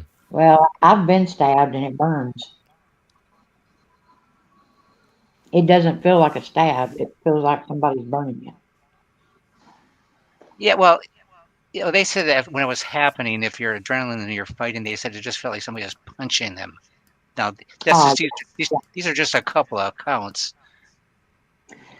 well, see, Mabbott, I know at one time, and I know a lot of people do not take anything she says, but she did make statements, and some of the statements that she made, she did say that all of them were to the upper, each of them had that final stab, and it was all of them was to the upper torso. See, that's an amateur doing that, you know, because you can reach the heart by putting the knife right in under the sternum, pulling down to the life as lateral of the body and pushing up. And that way, when the heart will stop and you won't get any blood on you. We were And see, always that's told, we were always taught to stay away from that, the bone and arteries. right. Well, see, with like Ethan, in my opinion, the only way you get by with Ethan is he's passed out in the bed, and you do it while he's passed out in the bed. I can see And another. I can see another scenario, Nina. oh, Okay, okay, let's say he's chasing Xana into for illustrative purposes. Let's say he's chasing Xana into her room. Ethan gets up. He knows what he's going to do. He could just slash him right in the neck right then there and push him back on the bed. right. There's so many But see, things that can, what people don't realize is the bed is going to soak up a lot, so there's not going to yeah, be all that blood in the floor. yeah, no, I can see why people don't necessarily. Everybody thinks they're soaked. If you're on top of them wrestling them, and they're bleeding profusely, you can get that on you. But it's not. It's like I said, some people. There's a girl young woman that stabbed her father 30 times and only had a drop of blood on her blouse, Right. or was And then, was. okay, I do want to ask you this. So you've killed the 4 people, and you're leaving. Mhm, So you know that you've worked up a sweat, right? not So you're necessarily. walking out. Isn't there a possibility that your eyes have blood and sweat in them, so you may not have seen them? Well, here's the thing. I'm not a big believer that they're that tired. Like I said, it's not that hard to stab somebody. And so he may have been, but how many wounds were there? Once again, he could spend, we saw when 12 Gauge's channel, we saw that, that Marine, Right. they kills that dummy. Well, he did 30 stabs in 10 seconds, you know, So he could kill, if Kaylee had 54 stabs or whatever, he could have killed her in a minute. And he's 28 years old. He's still in good shape. He took boxing. I don't know. I just think it's too many absolutes that people think had to have happened. Right. See what I would have done if, let's say, I was the killer, and I've told this to you guys before. I'd go in the room, shut the door, and lock it, so I'm not going to be surprised from behind. I'm going to see Maddie on the outside, Kaylee on the inside. I'm going to go to kneel next to Maddie on her. I'm not going to get on top of her. I'm going to kneel next to her on the bed, and I'm going to stab her that way, so I'm not going to get all this blood flow. The only way I would slash somebody's neck if it's that they were laying on their stomach, and then all the blood could go into the bed. I'm sorry for being so graphic, but that's what I would do, and then I would have a sidearm, a 22 or 25 pistol for backup, just in case things went sideways. In other words, don't mess with Tom. Well, no, I don't. Yeah, I was just thinking the same thing. I wouldn't use a knife. I'm just kidding with you, Tom. I wouldn't use a knife, Jeff. It's too much. You could get too much DNA. It's messy.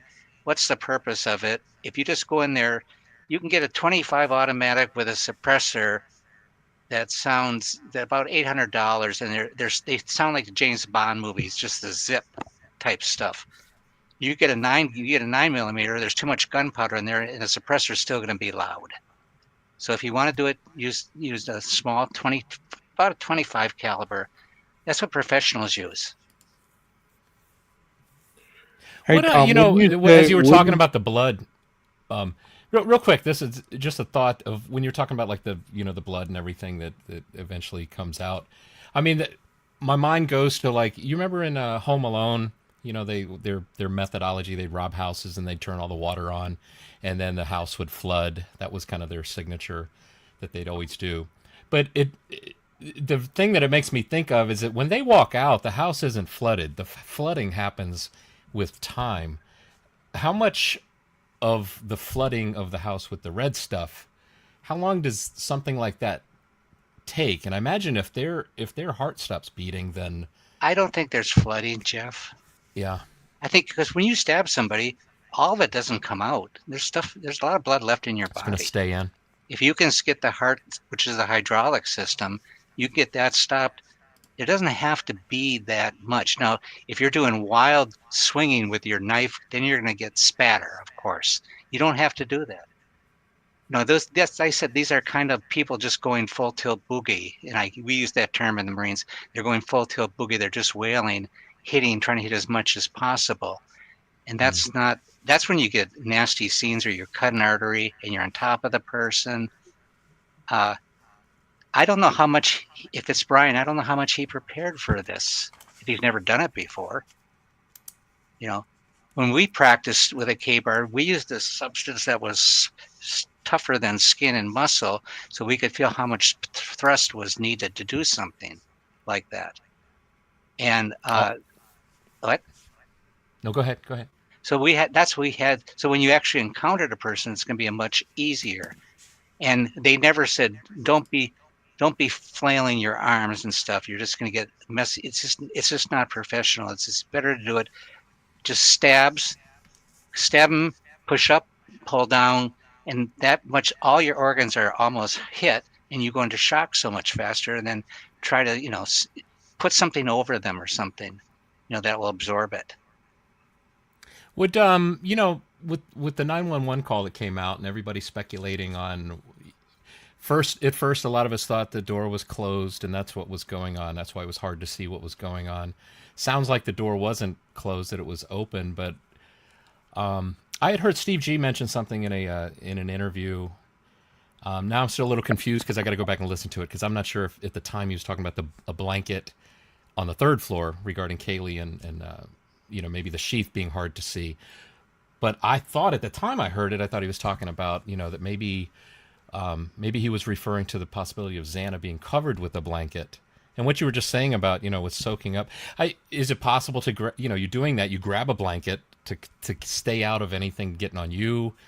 Who knows, maybe even to smother the last little bit, with the blanket and then just kind of leave it on them to make them, would you make it look like they're asleep on the floor to like just slow things down in the investigation, instead of And just leaving all the messy it depends how stuff that much you do. time. It depends how much time he thinks he had, and Hmm. especially with Zana, if there's dog barking and a thump, I think he's got to get out of there now.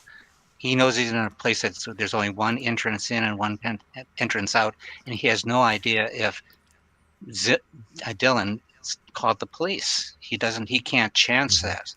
I don't think, see, you can't control how somebody's going to react. And that's why going back to my if I did this type thing, I would knock them both out with the bottom of that knife. Well, Hmm. Rita, in the Dateline movie thing earlier, they did show a photo of blood spatter on the wall. And they were saying at that point that's where Ethan got his Yeah. artery slashed. They did show a still shot of the outside of their window Yeah. where you could see blood spatter going against the wall. So there was blood spatter. Yeah. I mean, I don't know. See, there's so much I don't know about how proficient he would be. Did he practice? Did he have backup plans if things went sideways? And I've seen places that are very bloody, but then here's again, what do you mean by very bloody? Right. What is, could we know Kathy said that she's the coroner, but how many bloody scenes have she seen in Idaho? You know, I've seen people in the Marines that were blown up from mortars and stuff. That's bloody. That's Right. those are horrible. But you will bleed out because once Brian might not have had, if he's doing that, he might have stabbed them, and they're going to bleed out more after, and then the scene's going to look much worse. Well, y'all both made an interesting comment when you said, once the heart stops beating, all that spraying and stuff is going to stop. It's not going to be spraying out. A lot of these are deep tissue wounds, and they're going to bleed in the body and bruise around the Yeah. gash. Is what I read. Yes. So So if Ethan is laying in the bed and Xana's on the floor, right in the I picture like just inside the room in the doorway, sort of. As he's leaving that room, the last thing he's seen of his work is crossing over Xana laying there. I mean, do you think there's a possibility he took a blanket and just as kind of a sick thing to say and do, almost like Ezekiel 25:17, the path of the righteous man, but to say it's okay, I'm going to help you, and put a blanket over her and then I don't know when he walk said out? that though, Jeff. See, we got to have Dylan on the stand to Sure, give us we a don't we better, don't know better when that happened. timeline. And where did she hear it? Because she said a lot of stuff, but what's the timeline of it? Yeah, I always get confused too with that, Tom. You know, I've always gotten confused. When did this person say, "I'm here to help you," or "I'm going to help you"? Was it was it I the saw first you correct time, the yourself there. second time? I and you got felt to I felt the teacher glaring at me as I was using the "here" word.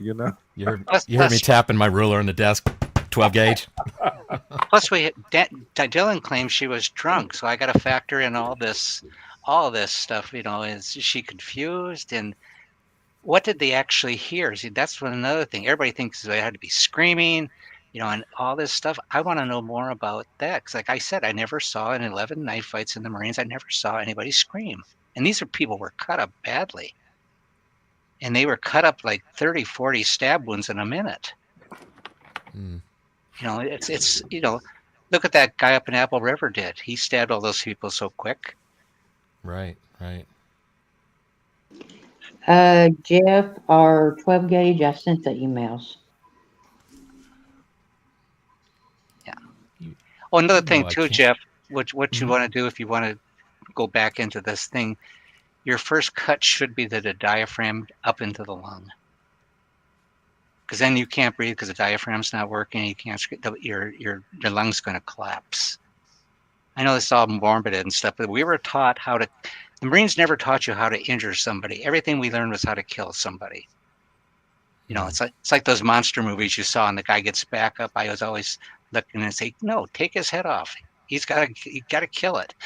You can't just walk away from it. They always get back up in the movies. right. Now, what did you send me here, Nina? I see some pictures. Thank you, Sandy. What a mess! What a mess! What a mess! Sandy, thank you very Hey, much. Tom, Yeah. I think I know the answer to this question. I'm going to ask you anyways. Because a lot of people have stated you can only get a USMC sheath from serving in the military. And how'd I get one? You got reproductions, Jeff. That's what Oh man, they're not. Our knife, our knives didn't wind out have. of my sails. When I was in, our handles were green. They were still like that oval shape. So they're oval shaped, the handles, so they're not round, so your hand doesn't slip. And then ours are a darker color because the Marines had a big thing about if you're out in the field or something, you don't want anything that's light, shiny. You want everything dark and flat color. So like we were out in the field or something, if you were an officer, you had to take your bars off because those could reflect and somebody could see where you're at. But that was the Italian stuff I was in. Everybody kind of does things differently. But I don't know 12 gauges. KBAR makes them, but the Marines quit using them a while back. I mean, they were making such a big deal out of that. I didn't know if the one. Obviously, it's a replica. I mean, I wouldn't think it would be, from the KBAR company directly from the Marine Corps. I mean, I could be wrong, but I wouldn't assume that. Ours never had that serrated edge on the one Jeff just showed on the picture there, the videos. Ours are just a blade. Yeah. And Well, see, that was just to compensate for the sheath that isn't really. Would you say? Mine isn't. Mine's a replica. Yeah. Well, but at least I have the serrated edge. I just call it a replica, Jeff. I know KBAR made us, so it is. But that particular knife is not exactly what we had. That handle's too light. And we had darker sheaths too. Oh, you're saying this hand? Oh, I see the handle.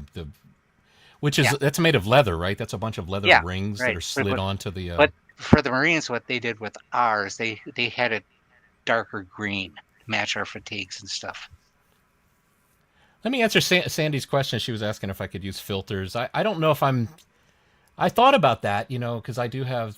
I mean, all I have is the clip of the preview from from the Dateline Special, and I mean, I should do that maybe on another live, or we'll see if I get if you guys get talking about something, I got time to poke around.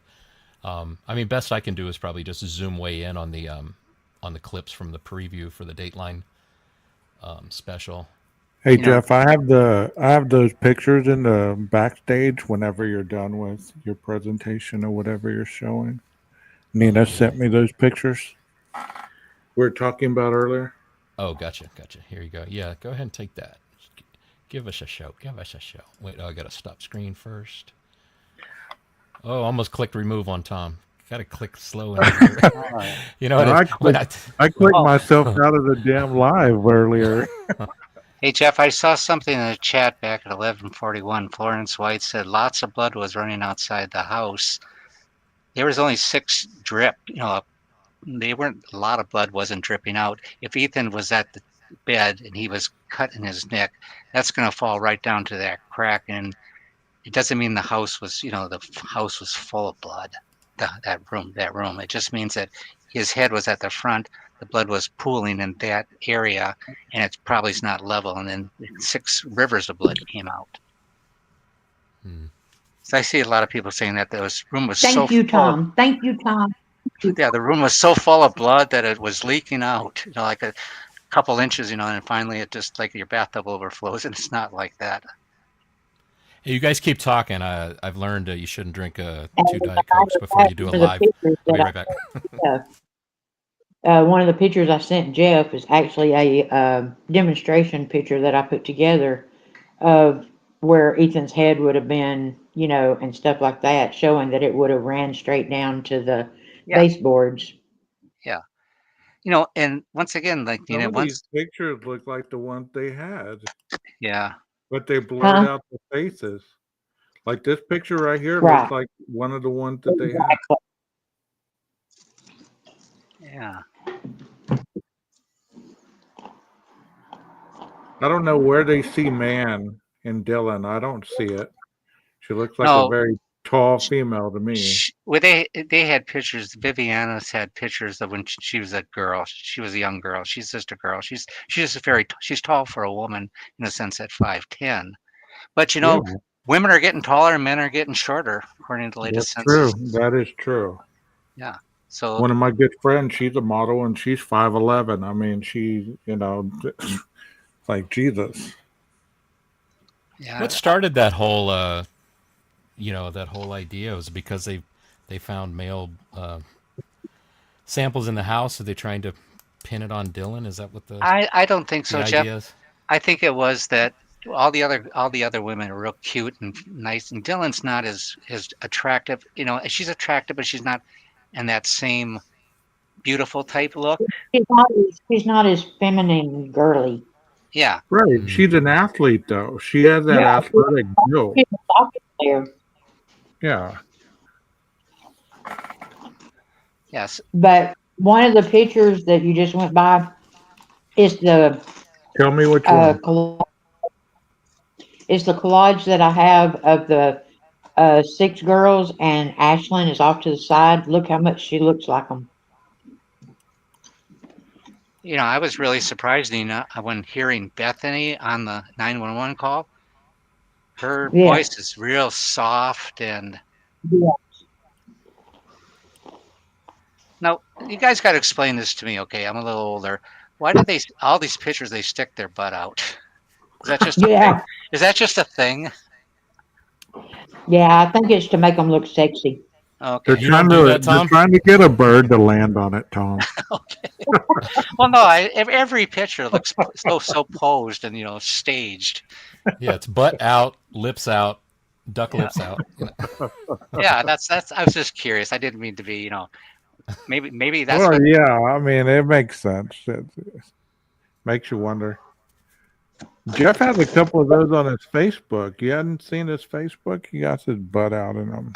Hey, 12 Gauge. What do you Got a glass resting on it. What'd you think of that woman whose daughter had to stay home and house sit? She was going to go down there and stay with Maddie that night. Oh man. I believe that some people have that divine intervention. 1 second too slow, 1 second too fast. Her mom saved her life. Yeah. If you look at that on the opposite, thinking of it on the opposite, I mean, Kaylee wasn't supposed to be there, but she was. Right. Do you think that had things been different and Kaylee wasn't there, Steve G wouldn't have been as vocal as he was about this and have been such a voice for the victims? Possibly. Not sitting here saying that that's what God had in mind. It's like, we can take your daughter so that you can be the voice. But I don't know. He gets so much grief, I got to say here. I think he's doing a fantastic job. I know Kaylee is proud of all that he's doing. And that takes some courage. It takes a lot of time, effort, and strength. And I just hope that's he gets true, Patsy. That's closure. probably a motherly instinct. You're right. The mom probably had that motherly instinct thing. Hey, I just thought of something, Jeff. Remember we were talking about the knife sheath and the blanket over the bodies? Right. Well, then when I was doing the research, they talked about in that Lemony thing, page 2, footnote 2, one of the first officers spotted the knife with his body cam, which means the beds would have to be pulled down. Oh, you're saying he didn't see it with his physical eyes? He just they said they were talking about the sheath. They said, I don't have it word for word here. Wait, I might have it. Let me just see here. Yeah. So that's the same dress, Nina, that Dylan's wearing right there? That Zana has on? If it's not, it absolutely looks the same. Okay, Jeff, I have it. It said, this is on page 2, motion in Lemony 6, about the Riley Nolan and the reference touch contact DNA.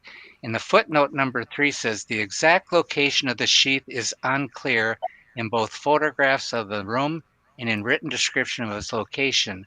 The body cam footage of one of the first officers on the scene shows the sheath tucked under the covers next to Miss Mogan. Right.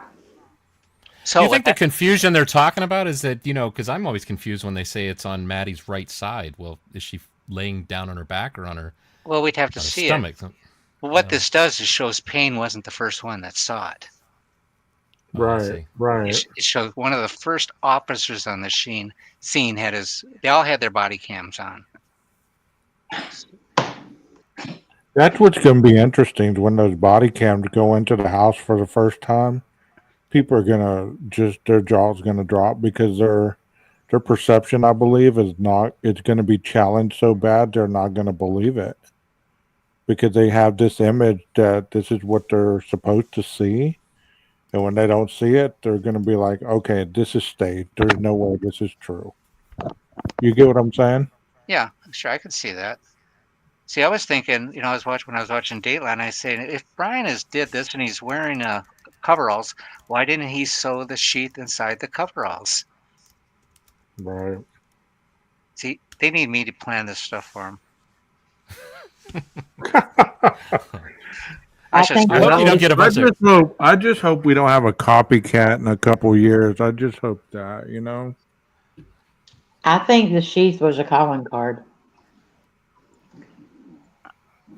I don't know, but Nina, here's the problem with that. I think Kaylee woke up and he had a fight on his hands, and I think he just lost it. He just probably lost it because I don't see him. That's something that can bite him in the butt, and it has. Right. Oh yeah, I can see him sitting in the dependent chair going, damn, I can't believe I missed that spot. I wouldn't be sitting here. Yeah. And they always talk about the cleanup. You know what the best thing to clean up a crime scene is with? OxyClean. Yeah. Because what it does See, is I did a luminol. yeah, here's the Well, that's nice. It can't do worth a damn on my sheet. So. Well, no. What do you have on your sheets, 12? Sometimes I eat chocolate in bed, bro. Oh yeah, of course that's chocolate. Yeah, sure. Because you can clean up. You can clean up a sign. You can clean up with bleach and all that stuff, but it leaves that residue. But if they put luminol and Blue Star down, it can still pick up stuff. What OxyClean does is that oxygen binds with the hemoglobin, and then luminol can't find it, and it doesn't leave a stink. Well, that's creepy, Nina. I just glanced at this and I was like, holy shit, that looks like somebody's actually laying on the floor in there. Yeah. Because see, what I wanted to do was show her laying there, and then in the next ones is you're going to see where I think Dylan's like coming out of her room into the doorway to go across the room, because people are like, I can't believe that Dylan just saw her laying there and just left her, and I'm like, y'all don't understand. She's running downstairs. She probably just saw her out of the peripheral vision. But think of this, not defending anybody, but if you saw this person right here and you ran by and she looked like this, would you not be a little concerned? I mean, he saw her feet though first. She saw her feet though. Yeah. And see, I was also told that she was dressed in black that night, and that she had a black throw rug. Now, if that's true, then with her feet being shown, see, I did it in the dark there, with it being her feet at the front, and you're just running by like that, you're not going to see the blood. And the blood may be under her soaking into the rug. Do you believe she was that close to the door, or do you believe that she was closer to the wall over here? See, I believe she was closer to this wall. That was the thud that was heard. She was probably the last one to hit the floor. Go back one picture, 12 gauge. 12 gauge, he could have pushed her against the wall too. Then she slid down. Yeah. Now, see, I think Zana was the first one attacked, but the last one to die. No, why do you think that? because I think that, okay, if you'll look at these pictures, I don't know why, but when I share them, it won't go in the order that I share them. Because I mean, like the first one is the perpetrator standing in the sliding glass doors, and then the second one is going through the dark, and it's him chasing Xana with another picture of him chasing Xana. Okay, that's him going. Okay, that's that. You know the mirror. You know the window with the handprint.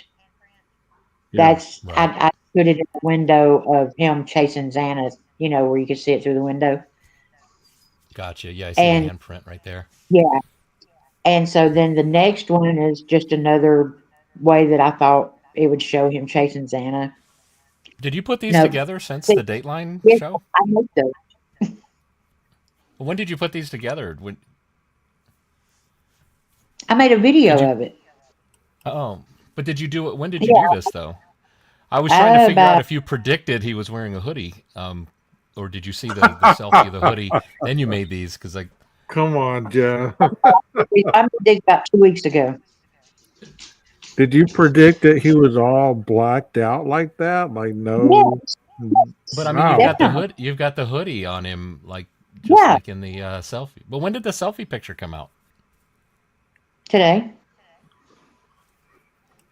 Yeah. The one with the hood, the hoodie. That yeah, that was Yeah, just today. Yeah. yeah. Wow. All right, you got Why some do you psychic think ability, Nina. But I'm confused? I'm confused. Maybe y'all can clear this up. This is the only part that I'm confused on. Is it said Xana walked toward or up the stairs, possibly interrupted the situation upstairs, and then she ran back down the stairs.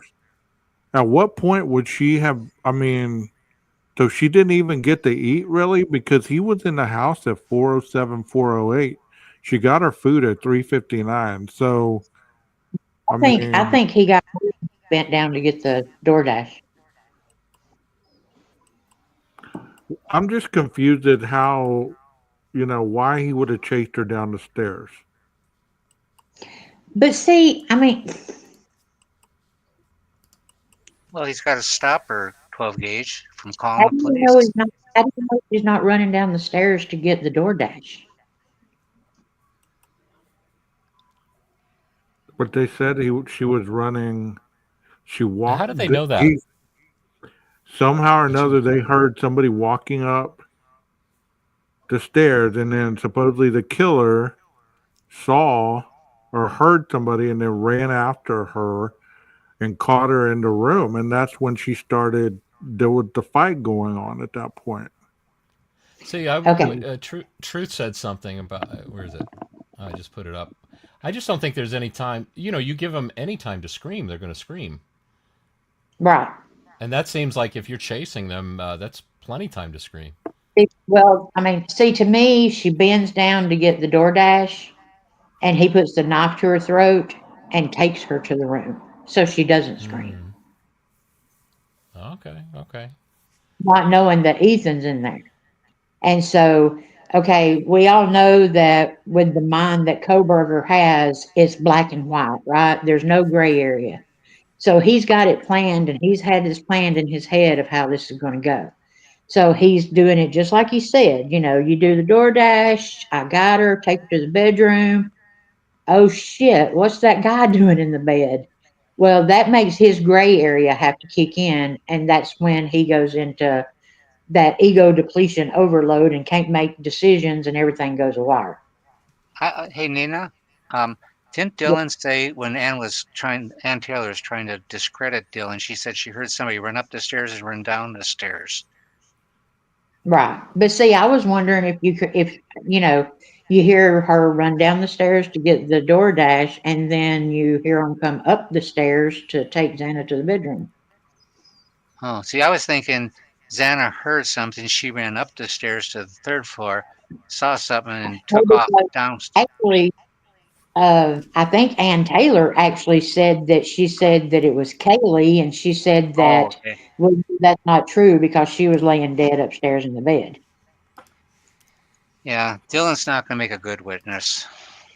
But the thing about it is what people don't realize is Dylan is not being used as like an eyewitness or an identifying witness. She's only being used for a timeline. No, I That's agree it. 100% with you with Denny. That's what they sorry said she couldn't identify him, but he does do the timeline. Right.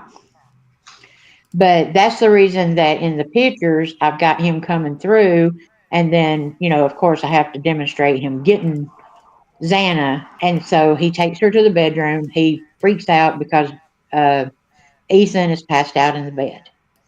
And so he takes care of Xana and he goes over there and does whatever he does.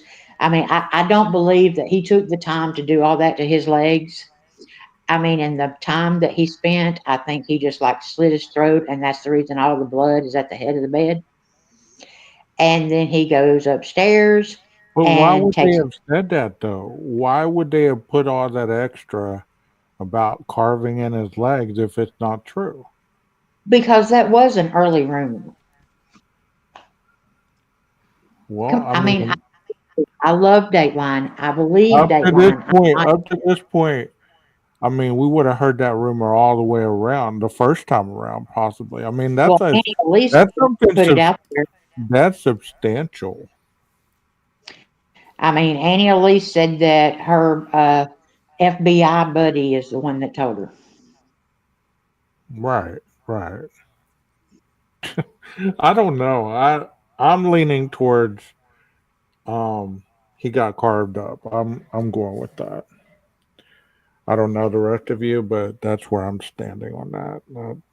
I believe that. Okay, he's dead either way. Well, of course. I mean, it's not a competition, but it's No, that. that's where I'm standing on. Because I believe that that's where most of the blood probably came from Ethan, that seeped into the mattress, that went down that wall. Why didn't they test the mattress? Why didn't they? Yeah, Have why y'all didn't you heard test that the one? mattress? Have y'all heard that one? I did. Yeah. I've heard, people talking about that. Truth Why didn't they Exposed test is in it? the Why house. didn't they test the mattress? I heard that the other day and I had an argument with somebody. Why would they bother testing the mattress when they would test the clothes? They would test the clothes they was wearing for the other victim's DNA to find out what order they were killed in. We got two Alabamans up here. Welcome.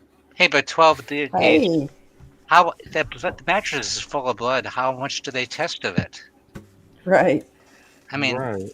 you can't just swab down the whole thing and put Well, it in the a knife has test. to go through some clothes first. I mean, if you're gonna test for DNA, you're gonna test their clothes to find out what order that their clothes and their wounds to find out what order it happened. Right, they would blend with each other. Right. There would be First person to go the would first only have their own. person, yep, would only have their own. The second one would have the first ones. The third one would have both 1 and 2. And then 4 would have all 3, but everybody else would be void of 4. It's not hard to figure out. Right, right. I tell you what, though, I don't think law enforcement was just sitting on their butts. They definitely did an investigation in this case. I mean, think they he creeped. covered so much. I think he creeped in. I think he creeped in and went upstairs and took care of Maddie and Kaylee. And then he stayed upstairs to make sure the coast was clear. And he probably saw Xana walk out or walk back upstairs with food. And then he thought, I'll get me another one. But when he walked into the room, bam, there's Ethan. So he's got to take care of Ethan. He's already in Xana's room. And then he waits for Xana to walk back in. And that's how I think it happened. Because nobody had time to scream. I don't think anybody chased anybody. Kaylee was a heavy set girl. If you look, she was pretty thick in that last picture. And if Dylan can hear people go up and down the steps all the time, your brain gets programmed to how people sound when they go up and down the steps. Well, I've Of said course, that forever. Yeah. Kaylee is heavier than Maddie. So Brian Coworker could have came down those stairs and Dylan could have thought it was Kaylee because of the way it sounded. Yeah, I've said that forever as well. Truth, I believe that. I believe. You know, I that. can tell remember- the difference between my 80-pound pit bull going down the steps than my 40-pound pit bull going down the steps. Yeah, because Yeah. her room's right there by those stairs. She's gonna hear those steps. Yeah. What was it? Ann Taylor had, when she said it in the hearing, she had said went up, went down, went up. It was like 3 times, but I can't remember the order. And I'm pretty sure the first thing she said, she kind of stopped herself. Like, didn't mean to say that. It was the second 2. So was it that somebody came down and then went back up, or was it somebody went up, came back down? Probably Coworker going up there and then coming back down, and she thought it was Kaylee because of the weight. You know. What she said, I think, what you're asking, Jeff, is she said one of the victims supposedly went down the stairs and then back up the stairs. Right, that's how I didn't- understand it. But I mean, the way she said it, she basically said one of the victims went up the stairs, down the stairs, up the stairs. So see if you, like in a transcript, court transcript, that would be very confusing because it sounds like she said Right. there were 3. Would that have been the 3 point where passes. she said? Would that have been the point when she yelled, "Someone's here"? I mean, that's not clear Well, either. you See, know- I you know- just put in yelled. It's never been stated it was yelled. When it was stated, "Someone's here." Well, who's to say that one of them didn't come down and get something to drink and run back up the stairs before Coworker ever came in? Because this girl's drunk. You know what I mean? Just because she remembers something don't mean that had something to do with the crime. As far We're as gonna- going up and down the steps. Yeah, we're going to need Dylan on the stand where you can get it back and forth. Oh, did you mean this? Did you mean that? Because her Yeah. timeline, the whole timeline, that will settle a lot of it, I think. Well, it's because she was drunk. You know, when you're drunk, your memory comes back in bits and pieces. I mean, when you go through a traumatic event like that, I know when I did, when I was shot in that carjacking, it took me 2 weeks to remember the dude had a neck tattoo. It doesn't mean that dude didn't do it. You know? Yeah. And I was sober. Hell, when that happened, it was 11:30, and and it was almost lunchtime, and I was on my way to work when it happened. There it is, right So- there. The way AT put it was the victim ran down, then paused and said up and down the stairs. Could it be possible? Could it be possible because that victim was killed in bed? Okay. Yeah.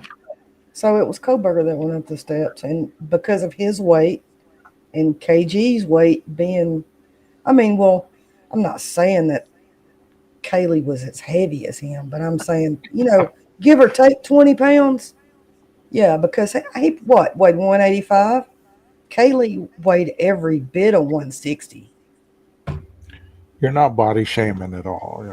Hell no, I'm not body shaming. I've worked on athletes my entire career. You can look at somebody and tell how much they weigh.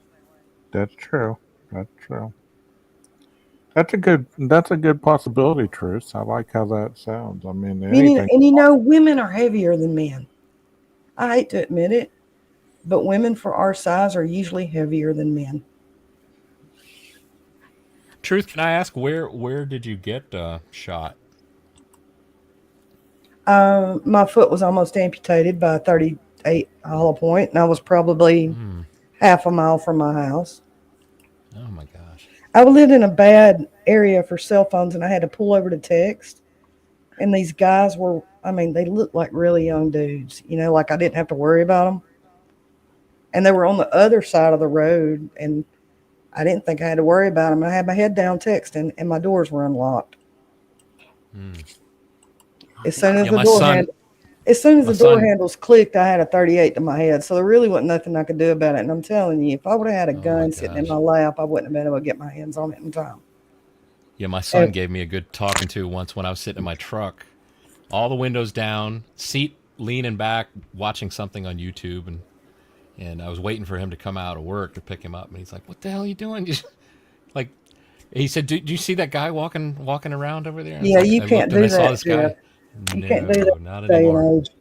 I learned my lesson. You solidified it with your story. I'll be thinking about that. You have a So I'll question be in the chat, I'll be Jeff? driving everywhere with my gun in my lap in my truck. No. You have a question in the chat? Amy Who's R. got the Amy R. Amy Here we R. go. What are your thoughts on the timeline now and what he managed to do in that short time he was inside? Interesting to consider how close Zana and alleged were to meeting in kitchen. Who wants to field that question? Eeny, meeny, miny. Well, I don't think it's not that short of a time to do that, but it's just my opinion. You know, you could a guy in New York killed a family of 4, put another person in ICU, and it was under 10 minutes. That goes back to my thing, Jeff. Why everybody thinks it takes so long. You know, maybe some of these guys do take long, but knives are fast. Well, yeah, they're fast, and when you get hit with one, it makes you hold your breath instead of scream. Because it takes a minute for your brain to catch up to what the hell just happened to me. You know, your brain has to have time to process before it can think to scream. And people don't understand that. I mean, it's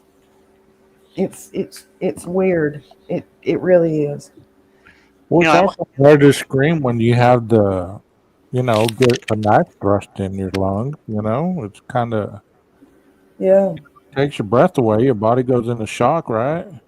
Well, and if somebody, even if a throat wound happens that is not mortal, if blood gets down your windpipe and coats your vocal cords, they will not work. or the possible truth, he could have put something over their face and did it. Like say he throws Kaylee on the bed, or she's on the bed. He throws something over on her because she's not going to know where the knife is coming from. There's not going to be that noise outside of the rustling, and then Steve said there Yeah, was. but then you have to have time to aim for somebody's mouth to cover it up. And if you miss, they scream. So that don't make any sense to me either. Well, I think it get done. Well, I don't She, know. she They could I've bite been you. in this. I've been in this situation before too. But anyway, I don't think they had time to scream like that. I think he creeped into that room, and when you creep into a room and you sneak up on somebody and they're laying in bed. Well, I know I used to scare the shit out of my brother, but you get low. You get low and you creep in. He probably got low and creeped in and sliced Maddie's throat and then started on Kaylee because he knew Maddie was mortally wounded. He didn't have to worry about her. no, I I got mean, that and if song in my head. they had, or you could look at it like this, if they had a comforter over him, he walks into that room and he jumps on that bed, straddling them both, and just goes to waylaying on them. Thank you, Bullet. They're still Thanks, not going Bullis. to have Appreciate time that. to scream. I mean, they're I got going that to be song in my mortally head. wounded before they have time to scream. To the window, to the wall. But if Maddie is laying on her side facing the wall, they didn't even see him come in that room. In the Dateline special, is that what the scenario is? Is that Kaylee is asleep or in bed with I missed Maddie? that part. they presented it that way, Jeff. There was nothing. Okay. They didn't say anything specific about Kaylee coming to the room and him grabbing her and throwing her on the bed. No. I believe since it was the last time they were going to see each other for a while, they decided to stay in the same bed together. Right. They probably decided to be like old times and crawl in the bed together and talk until they fell asleep. Or if she did run in there, Jeff, why would he throw her on the bed? Why not just throw her on the floor and do it? Right. I think I think that she once came you in the mentioned room. Tom, if they were covered up in like if they were under the covers in the bed, that would make it harder for them to Yeah. maneuver to free themselves. But I got to go back to that body cam showing they could see the knife when the officer went in the room. The first officers responding said they saw the knife. It's on his body cam. That would mean that the comforter had to be pulled down at least if it was by her hip. Right, because it's partially under Maddie, right? Yeah, The so sheath. it had to be somewhat. Now, he could have pulled it down after he's done. Who knows? I don't know. But if the comforter was all the way up, they wouldn't have saw the sheath until somebody pulled it down. Right. We got a Jeff? colorblind chatter and Jeff in the chat. Yeah, I was going to say, if you don't mind, I'd like to say something about that. Yeah, we got a colorblind chatter. Go ahead, Nina. Well, the car's fluorescent green and it just doesn't show up. It shows up as white, not green. And, that's what Pavioli says. And we know that what Pavioli says is the truth. Oh, okay. And So on the other cameras that saw this car and them watching it all the way through town where it's lit up real good, but it's still green? Come on now. I can understand, a flash of a white car in a real dark alley that, light green or whatever green color you're talking about might look white. During the time, there's some bona fide damn street lights now. Come on. during the little parts where it wasn't continuously streaming, that's when they wrapped it really quick in green. And then once it got back on camera, they unwrapped it and it was white. Well, but I think there's the two instances where we know Coworker didn't know anything about wrapping the car or the.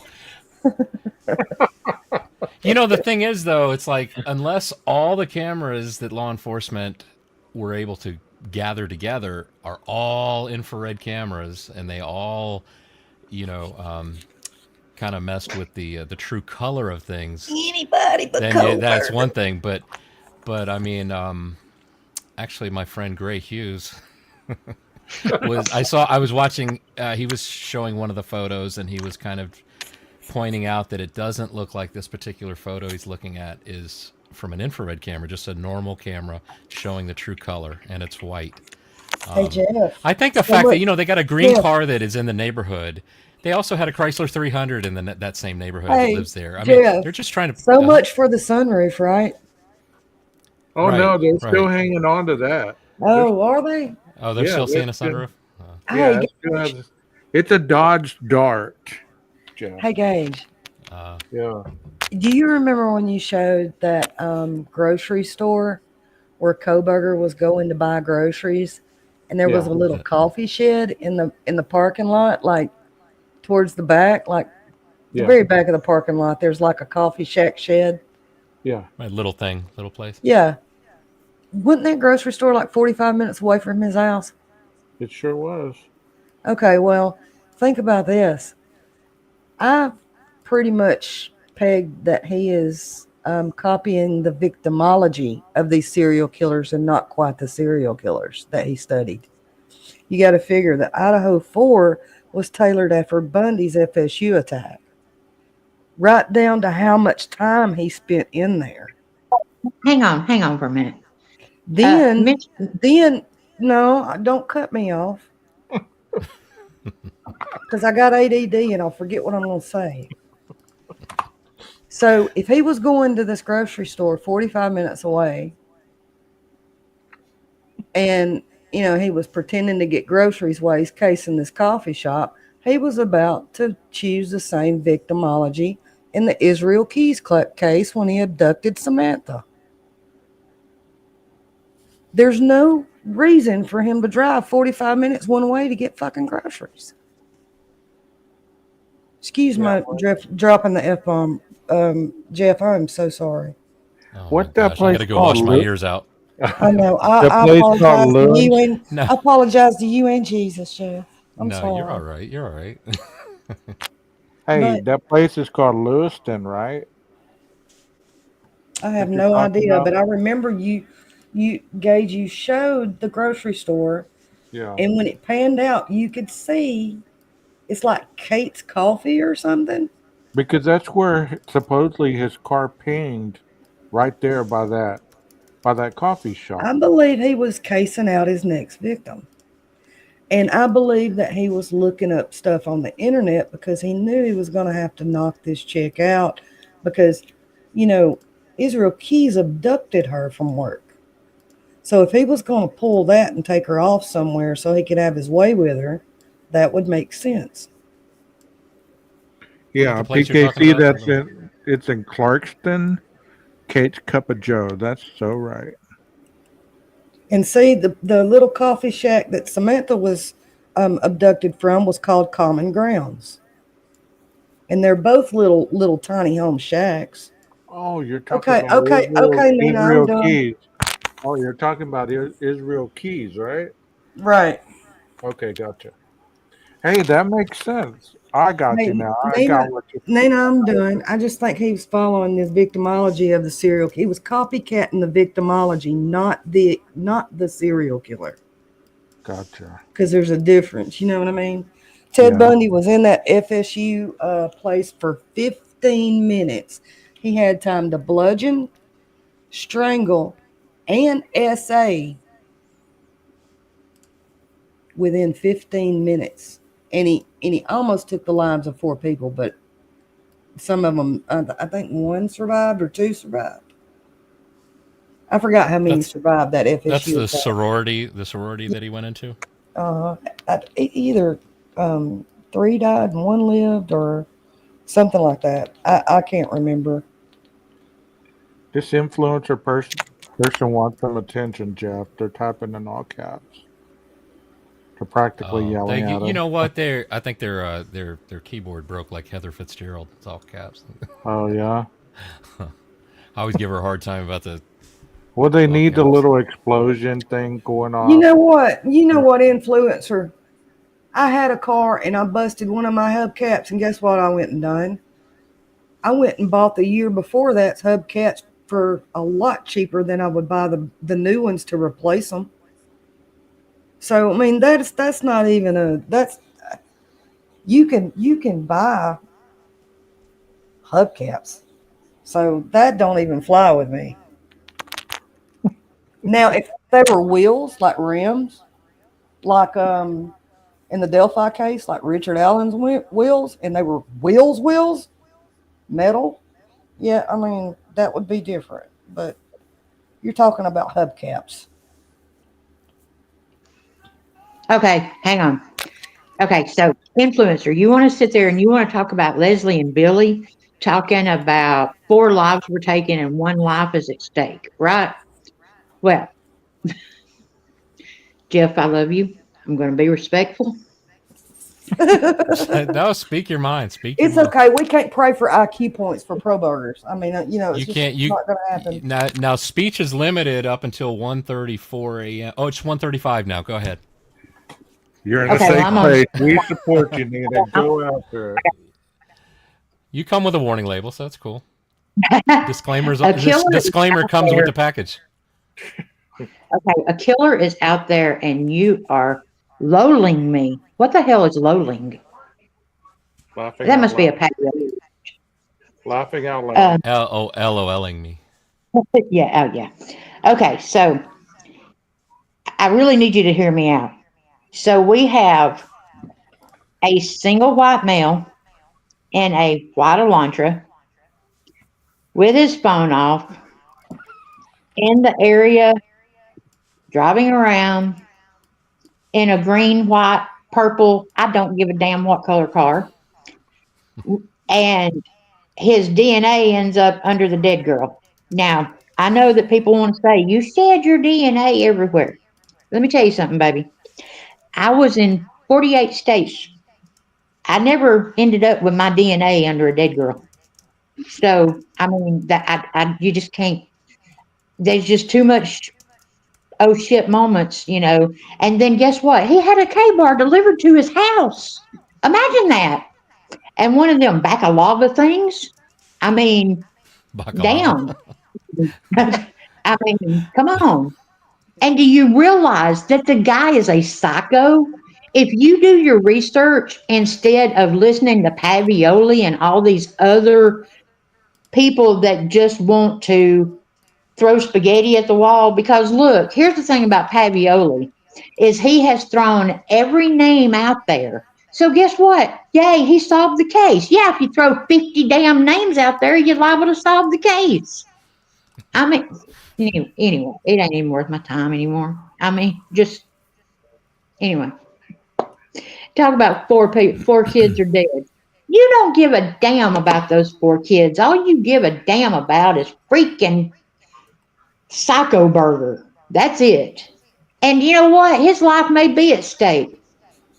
They didn't, nobody want to cry over those 4 lives like they're crying over his.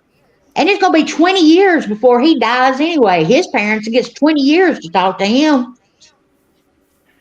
I was That's it.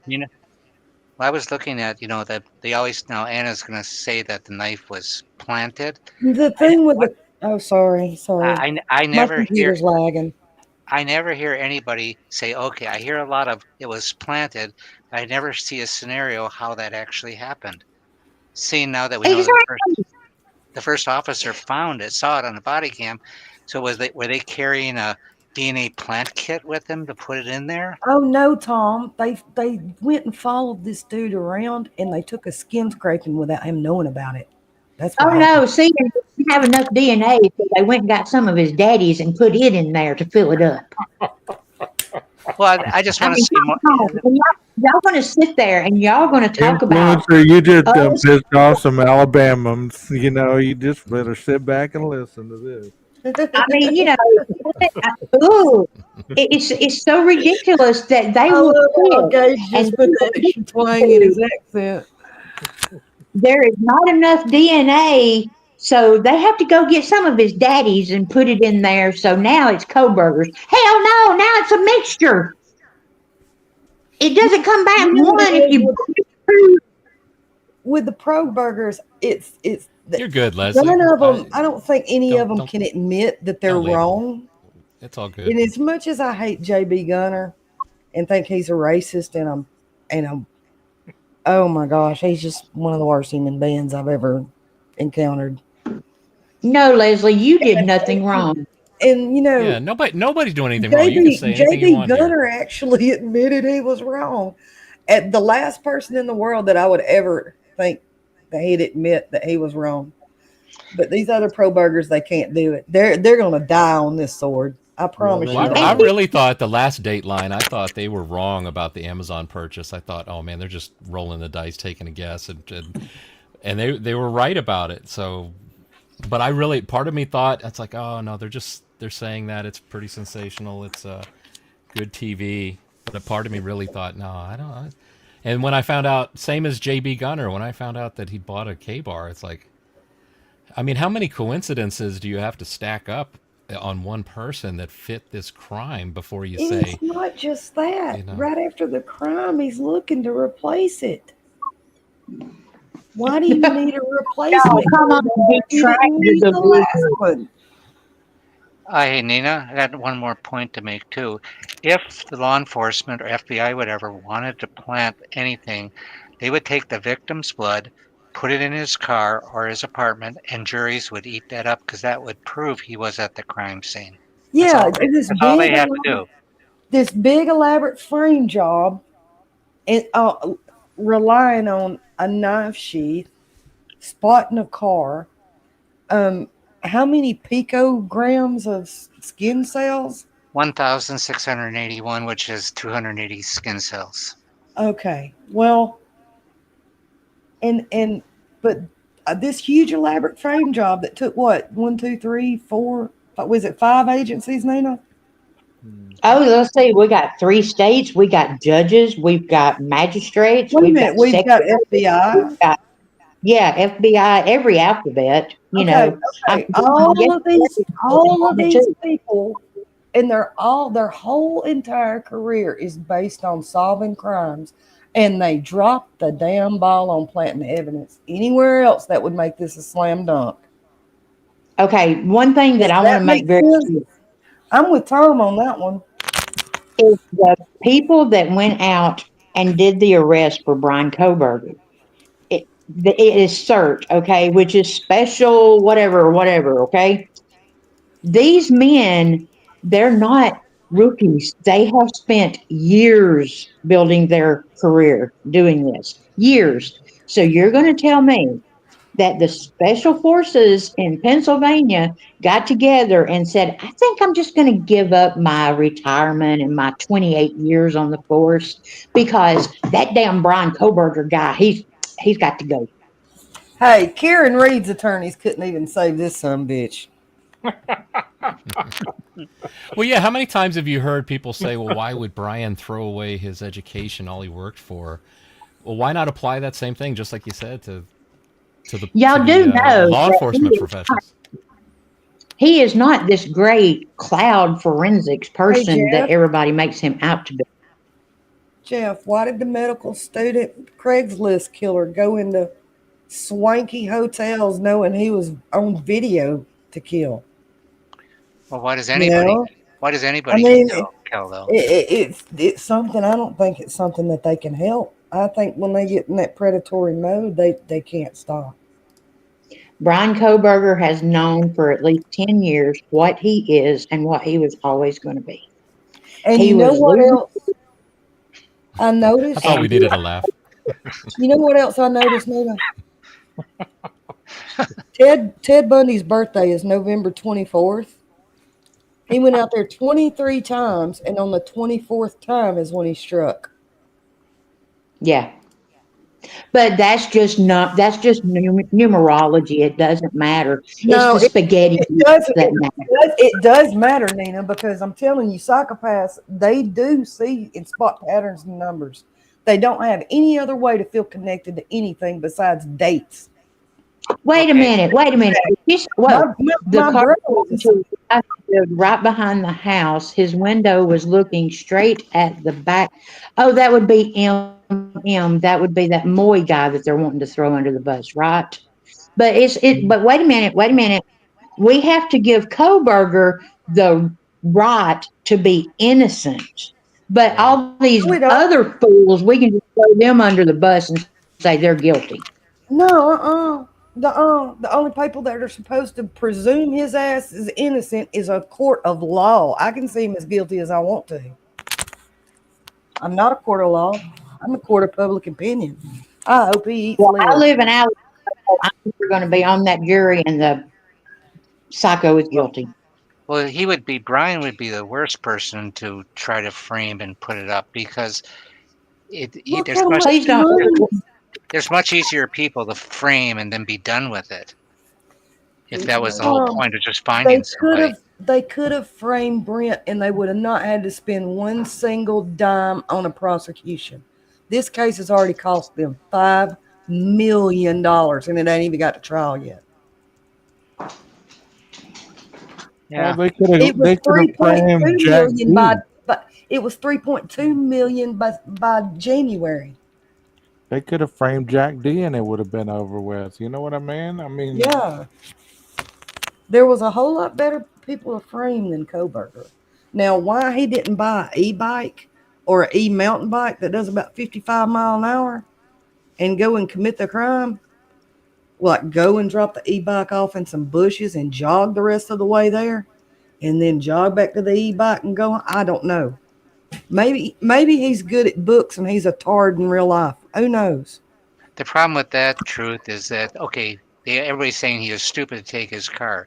Well, he can't go to a rental one because that. Well, no, he can't. They got GPS But and he if he can't jumps, borrow one either. okay, but my point is he can't jump out of the bushes because the camera is going to catch him, and that's going to show him more than somebody in a car. No, I meant like when he actually committed the crime. That's what I mean too. If you're like, for example, people said he should have just took a bike or he just sort of walk there, but some camera now in today's age is going to catch him, and if they can catch him outside of his car, then they can find out height, that type of stuff too. That person's dressed. So there's no good if somebody wants to do something. It's not like There the really is 1950s. no good. There really is no good foolproof way to get to a crime scene and back without being seen. I agree with you. Mr. Horn, this one's for you, honey. They said that those kind of knives cannot do this. Hey, There you go, you know, if he was still alive, I would get you to ask the guy that I stabbed in my kitchen what a 4.5-inch paring knife did to him. What'd you say, Nina? I didn't hear that. Oh, I said that comment right there is for you. It says, where did it go? Uh, they said that those knives, could have done this. Not, wait a minute. Oh yeah, Wait a minute. I'm being, a lot of knives could have done they it. said that those knives could have done this. They're not those kind of knives. Okay, got you. I got you now, Liz. Yeah, well, They're people, only designed for the military to kill people with and use as flathead screwdrivers when they can't find one. well, Yeah, see, that knife can't do any damage. the biggest You thing know, that I was reading Dr. Bricato's book the other night, The New Evil, and there was a story of a lady that used the car key to cut open a woman's pregnant belly and get a baby out.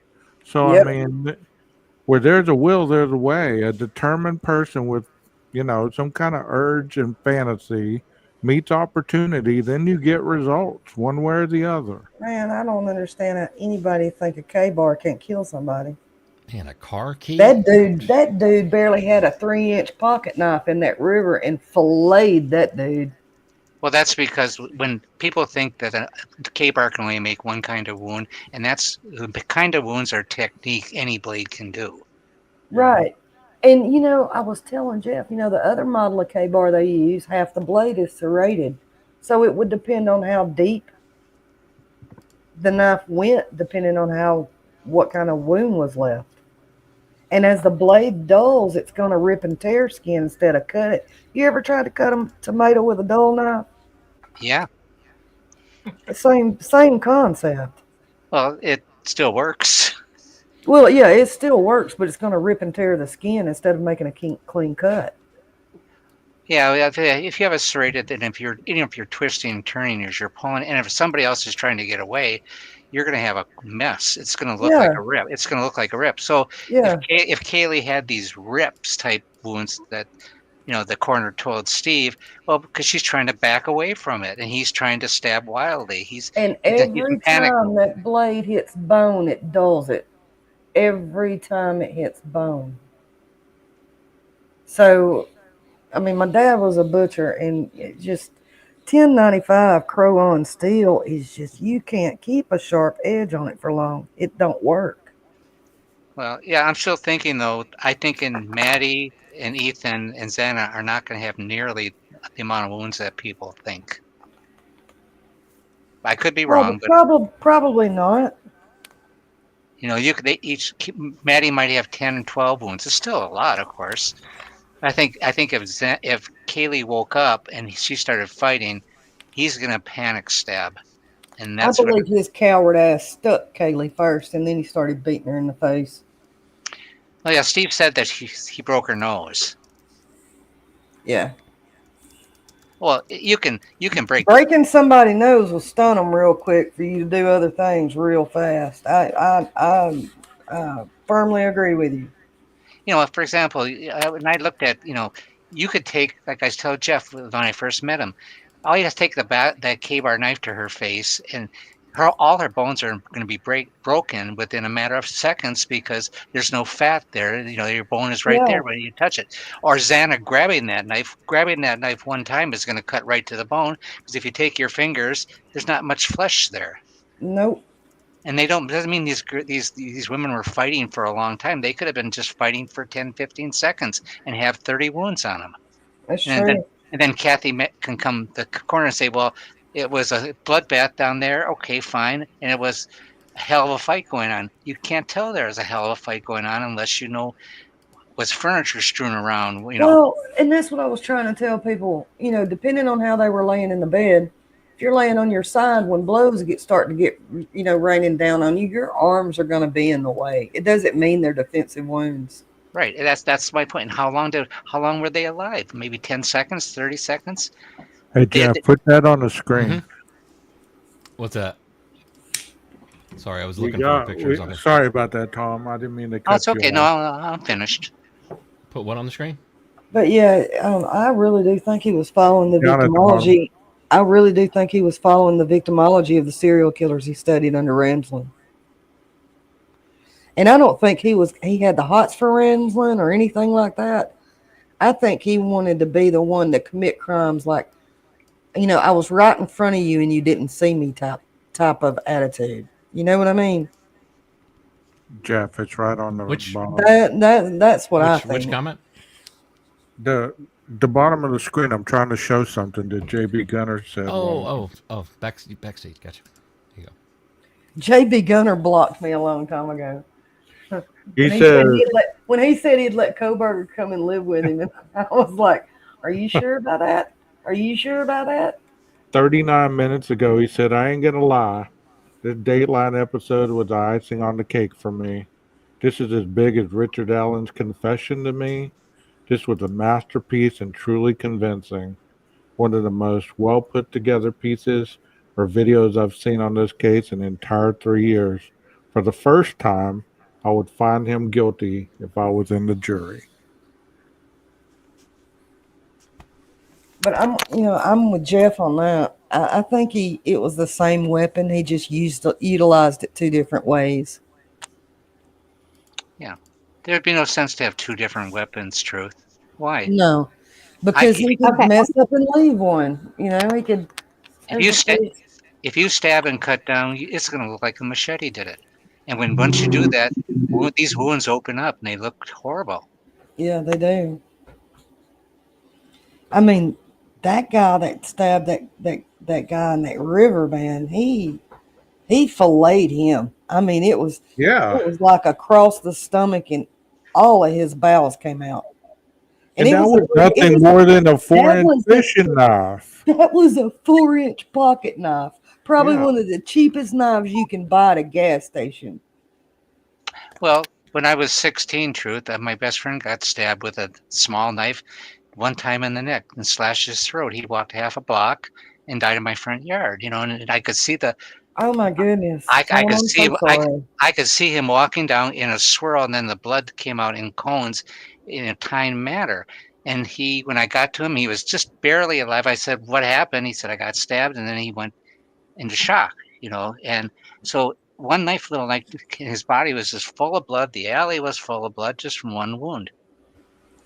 Yeah, there's a video of a dude that gets stabbed in his femoral artery in New York. Oh, yeah. By a bum. And I mean, it wasn't 15 seconds and he had already hit the ground.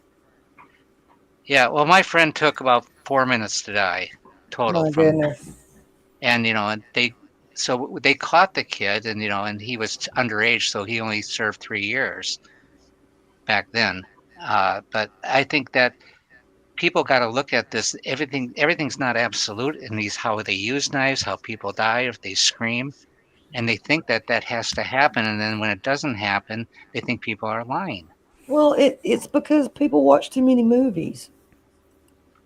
Yeah. In every horror film, they've got to have the girl screaming her lungs out when she gets stuck, or they're always screaming because it's a jump effect. So everybody thinks that's how it happens, but it doesn't. It's just like me. When I got shot in that carjacking, the neighbor that was closest to where this took place said he heard 4 shots. I only heard 3. And I told the detective, I said, no, I only heard 3. Because you know how I am. I know I was right about hearing 3. And the detective said, you never hear the shot that hits you. Nobody ever hears the shot that hits them when they're shot at multiple times. They never hear the one that hits them. Whenever there's a gun shooting, everybody thinks that there's I heard 2 shots, I heard 4 shots, I heard 6 shots. It's hard to know. Well, and I'm pretty sure it's confusing because of the echo too. But but he said he plainly heard, and I live out in the country. He knows what he heard. He heard 4 shots. This dude started shooting at me while I was inside my car. He was inside of the car with me and started shooting it. It wasn't like he was standing outside when he started shooting. He was in my car when he started shooting. And had he been a better criminal, I'd had my brains blowed out. I turned my head just in time, and that bullet came so close to blowing my brains out, it singed all of my eyebrows and all of my eyelashes off on my right eye. They were gone. I had stippling all the way across my face. Was that a 38? Yeah, 38 Hollow Point. Oh, okay. Jesus. Thanks for stopping by, influencer. I hope you all are cool with my philosophy on live streams and blocking. I've been blocked so many times, and I just feel like sometimes it's such ridiculous reasons. And I'm pretty sure, as late as it is, we're all adults in here. Well, how You about know, I Steelers like fan and Daniel? all How about theories. Steelers fan and Daniel puking every time I walk in to say hello to everybody? I called her bluff on that shit about 3 days ago. I was like, I find it so hilarious that I make you sick every time I come in. Because she only does it when I come in. Are you And saying I'm sitting you, here getting a like kick out of it. myself, you like myself are not everyone's cup of tea? Is that what you're Yeah, saying? I'm not. And I think that's the reason why so many people at first thought me and you were the same person. Oh, right. I remember you saying that. Well, first, Cammy Q and Sally Mae, which me and Sally Mae are okay now, and Angel D, they got mad at John, thinking that Daniel was on his list, right? Daniel wasn't on his list. He was showing panels where Kim had been panel jumping, and Daniel's just happened to be one of the panels that she jumped on, and he was replaying it. Well, that got back to I was John's mod, and we went after Daniel. Da da da da da. And I was like, no, actually, I took up for Daniel and John's. I did in chat. I was like, well, I like the way that Daniel has a subtle way of, you know, letting the pro burgers up on his panel so he can, he's got a way about him. He's kind of like Jeff, trying to talk some sense into people. And so they just have different ways. That's all. And I was never a problem to Daniel when I came into Daniel's, and I was telling him about the butcher's gloves, and I was telling him about morphometric analysis of stab wounds and stuff like that, how they can prove that it was one person and one weapon and all that good stuff. During the debate with Lana, that's when I got blocked. And it was Cammy Q and Angel D and Sally Mae went from room to room, every chat I went into, and told everybody I was a man pretending to be a lesbian, which made me look like a predator. And then every time I came into Daniel's, they blocked me. Wait a minute. Okay, so now okay. I don't know. I'm an old lady, so I They can't let tell me if they it's let me go in there and chat now, but it used to not be that way. Doesn't for me it seems like Detective John and what he was doing during his show is so much tamer than the way things are today. I mean, It they made it was. sound I like mean, John was so shocking, all we were doing was laughing at these at pro burgers. I mean, we wasn't harming nobody. Right. All we were doing was calling out BS. Well, Jeff, what happens though in all these different channels, there's a wide variety of theories, of course, and these people, they start believing everything they hear. But if you listen really careful to each channel content person, they a lot of times they say, "Could this be? Did this happen?" And then the people that are subscribed there will say, "Oh, that's a boom. That's true. That really happened." I was listening to Embry the other day about Dylan being taken to a hotel in Bethany and what happened was is that he showed a car going down from the Linda Lane thing that hits Taylor Street. He goes, "Well, there's Dylan's car going across the thing." Well, where did that come from? Dylan's car going across the thing, you know?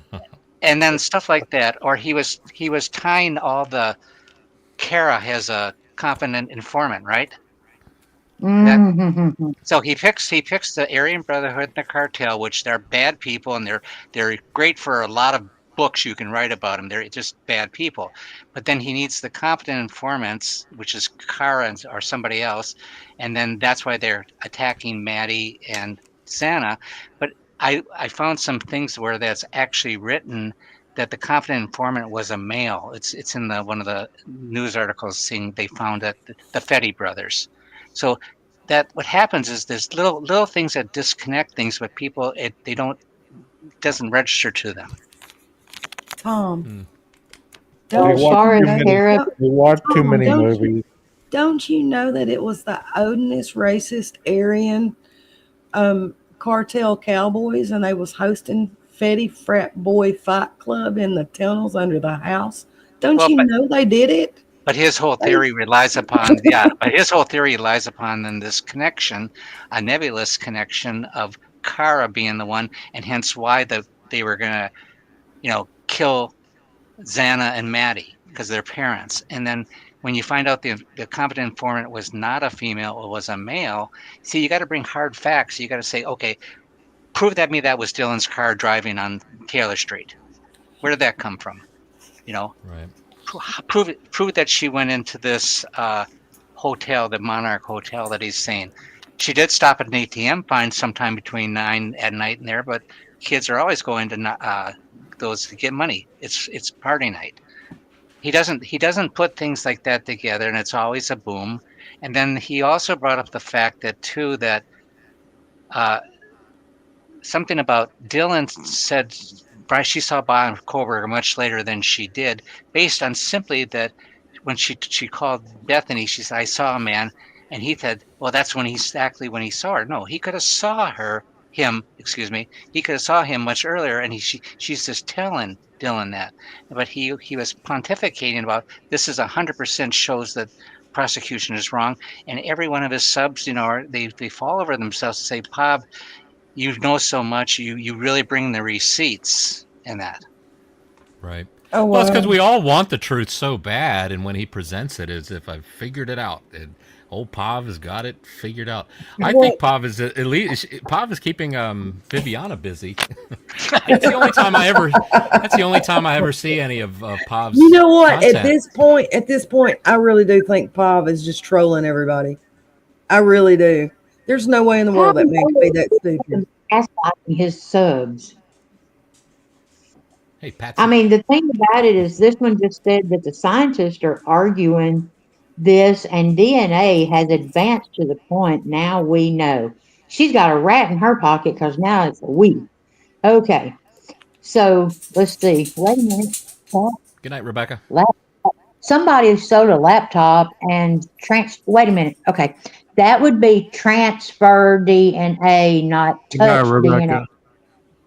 There is a huge difference between touch DNA and transfer DNA.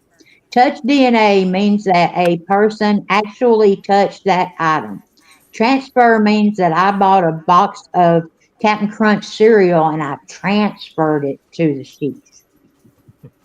But you don't need to also touch DNA, transfer DNA. It doesn't have a long shelf span. 2 weeks outdoors, 6 weeks max indoors, and it's no good. So they can't have Brian's DNA just hanging around somewhere to plant. Right. Right. Does Hey. transfer DNA That have makes all sense. those chemicals? Hey, I got a quick thing to say to my two sisters from Alabama. Y'all been great tonight. Thank y'all for being up here. Tom Van, it's always a pleasure. To the chat, this is Jeff H's first live. 12 gauge is out. Y'all have a good night. Y'all have a good night. Bye, guys. Y'all come over and There you see go. me once I'm live again. I had a Thank friend that you. always would leave. He'd say, "What is it?" Oh, that's what Detective John used to say that too. Glad you got to see me. Yeah, I can't Or say as far I can't say Maestro play that music, you know. Or I can, I guess. Hey, influencer. You can say Let Jeff me play ask that you a music. question. How did they get Coworker's DNA without that particular DNA being corrupted with anything else because it was single source? See y'all How'd later. that happen? it wasn't Bye, a single guys. source with his daddy's. Huh? I'm Because confused. that's I'm no confused. about- Okay, Pavioli has his people convinced that it was an incomplete sample. So in order to complete the It sample, was enough. It wasn't enough needed to get a STR and a SNP off of it. baby, you're preaching to the choir. I was telling you what they said. I'm not the one that said it. They are. Oh. When you say single source, that means that it's not blended with any It's not other. blended with anybody's. That means it Nobody doesn't else have, touched these but him. not even a dog. And do we know it's if that was found inside the button snap, or do we not Yeah, really know that for sure? that We was do. like found inside the female and male part. You know where they meet. Okay. It was either up in the lip of that of the female part of the snap, you know where it's kind of sharp, or it Yeah. was Yeah. down in the male part where it's hollowed out. And the sheath was facing down, which makes me wonder if the button and the snap, with the weight of it facing down, didn't come together and, in essence, kind of stay closed, sealed from any other blood that might have been all around. Although, if it said, did they say it was down by her leg? I'm a woman, contrary to popular belief of what 3 crazy ass mods went and told everybody. You don't have to prove it here. They just take your word for it. Hey, Jeff. Yeah. SM Influencer is making a comment. He says they can on his driver's door handle, on his apartment door handle, on his office. That's transfer. That's transfer DNA though. Thank you. You can't take that DNA from the door handle and put it on the sheath. That's transfer DNA. They said they had 280 skin cells. They're not transferring that much DNA onto the sheath. That indicates it's a direct touch from some part of him onto that sheath. Claire, Exactly. you know why I like Marvin Martian? Because me and him are about the same height, and both of us have Napoleon syndrome. So there you have it. Damn. It off the door handles and it wasn't partial DNA. When you got 280 skin cells, that's not partial DNA. No, it's not, Tom. So that's direct contact. And that's minimum, because they found 1,681 picograms. And each cell, ethereal cell, is about 6 picograms. And that was minimum that they found. So and Tom, they can't bring this into court because it's not solidified in science yet. But they can look at those skin cells and tell how fresh those sweat oils from sloughing off your skin. Well, see if they can tell if that's fresh or not. It's not something that they can say in court, but that's how they can tell the difference between direct touch and just bullshit transfer. Also, if you have sweaty hands, you can transfer sweat to it. Yeah, sweat oils is what I'm talking about. That has DNA on it. It's not just necessarily skin cells. When your skin sloughs off, it's going to have skin oils and sweat on it. That's what I was talking about. They can tell how fresh that is. They can't sit there and say it in court, but there is a difference. You know, it's the science isn't solidified yet. So it's just like, hey, but wait a minute. Now we have swabbed it to get that many skin cells. What's that, Dina? I don't know exactly That's what they said right there. I'm going by Riley. It says Tom Van using a swab and swab it. Here you go. What's she trying to say? You see how your finger put across that female part? And are you crazy? They haven't. Look. They haven't decided what the biological source is. I'm getting confused here now. What's? Influencers is just trolling us with some bullshit. They sent a swab to the lab, and they sent the.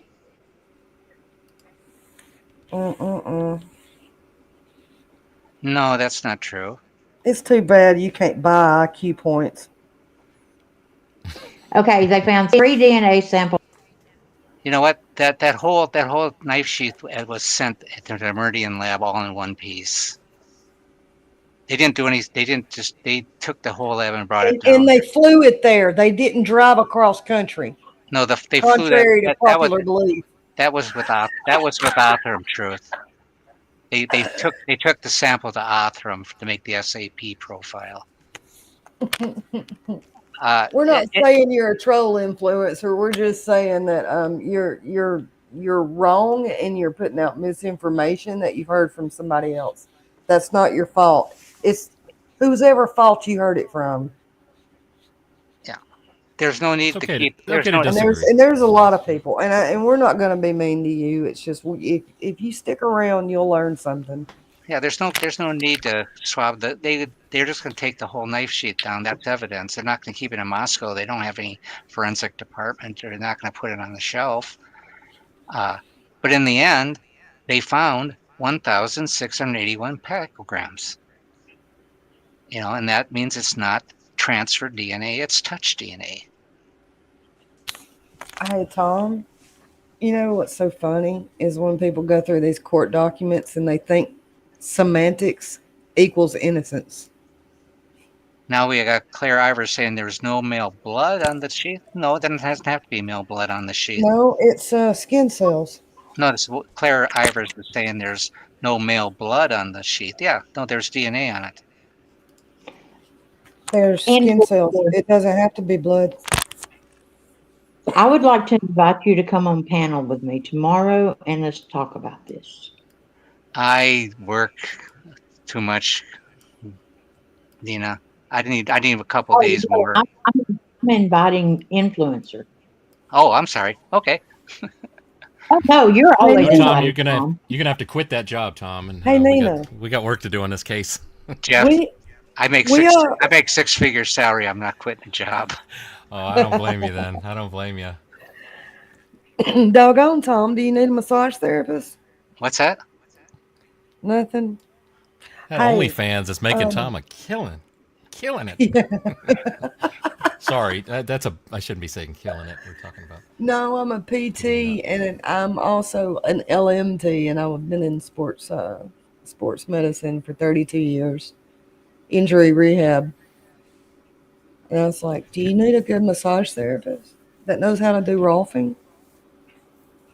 If you're wondering why I'm bringing this up, I was just looking at this, just trying to see if there's anything to glean from, going from infrared, to non-infrared. Don't The first forget thing I all the notice is laws. the white vehicle on the upper right there is, of course, white is white, no matter whether it's infrared or not infrared. It's blue. But an interesting thing I want to share is that I emailed a couple times and still email, just even recently, Kane I don't know how you pronounce his last name, Francetic, the owner of the Linda Lane camera. Now, when I was asking him about, just verifying to make sure he definitely had it in infrared mode, he wasn't certain. But one thing, it was interesting, he sent me a link to the Reolink website, and with the specs from the cameras, and with the infrared specs, and the infrared lights there's like 16 little lights that are in a circular pattern around the lens that casts outward, and that's how it uses that light to do the infrared that it does. I'm not pretending to know everything there is to know about infrared, but in the specs for the model of the camera that is at Linda Lane, the throw of that infrared light is only 100 feet. And now where the car, I think, is when it pulls up and sits there for 10 seconds at 4:05 is I think about around 60 feet. So I don't know. Part of me was hoping it'd be easy to say, hey, the car is beyond 100 feet, so the infrared isn't having an effect. But I can't truly say that. But again, I guess I go back with the infrared stuff that it's you guys are all still here, right? It got real quiet all of a sudden. We're mesmerized, Jeff. Oh man, really? Either that or I put y'all to sleep. But anyway, I was hoping that it was, if it's with beyond 100 feet, then the infrared I don't think would have an effect. But I think even at 60 feet, in light fall off, I think, anyway, but looking at this, this is clearly, I'm pretty sure this is infrared on the 1320, I think. Now I'm not even positive. But I don't know. It's something to look at. The thought just hit me. It's like, I haven't seen any comparisons. Let's compare. Everybody's so stuck on this green Elantra right now. Why not compare to see what an infrared camera does? And this is sure a lot easier than me pulling out my camera and finding somebody with a green and a white car. Believe me, I was thinking of doing it, though. As I was driving around today, I was like, if I see a green car, maybe I'll ask him, hey, you want to make like $50? Can I take some shots of your car? But anyway, I don't know. There's a blue car down at the end. I don't know if you can see right here. I think no matter what, even in infrared, you're dealing with a grayscale. You're dealing with brightness levels. Like I said, white stays white. And other colors that are within a darker range are going to be darker. Still grayscale, though.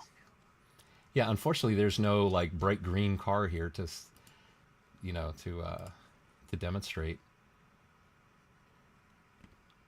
But I think it's like if law enforcement has one image that's green, well then of course that starts to lean towards all this new theory of the green car. The other thing that's interesting to me, what do you guys think of this? That green car, when you look at the back of it, I saw it on Lana. She showed the back of that green car. And the taillights, they're not the taillights, the reflectors on the rear bumper clearly show you that car is a 2014 to 2016. So it's kind of interesting to me that all along it's like the FBI vehicle specialist has been criticized for saying it's a 2011 to 2013. And then now we're looking at and considering a green car that is clearly 2014 to 2016, because we're not in the dilemma that the FBI vehicle specialist was, where it was difficult to see in these night images of this car that's in motion with motion blur and all this stuff happening on the camera. This was the car is parked in the back parking lot. Lana showed it, and it's clearly 2014 2016. You guys have any thoughts on that?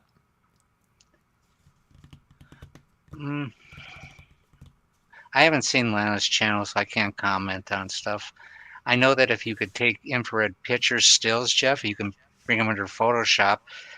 A green will have a grayscale, value, and you should be able to tell what color the car is. Does that make I'll have sense? to I have to look into it a little more to see, just to get a better understanding. I mean, if you look at look at the bushes, right here, that green, goes to, it's not white, but it's a little brighter than I would have expected. I'm red green colorblind, so it looks gray to me. Just take our word for it. Okay, I will. You can see things like this blue, what does it say, Nelson, political sign. That's a kind of a darker blue, so that remains dark, even in infrared.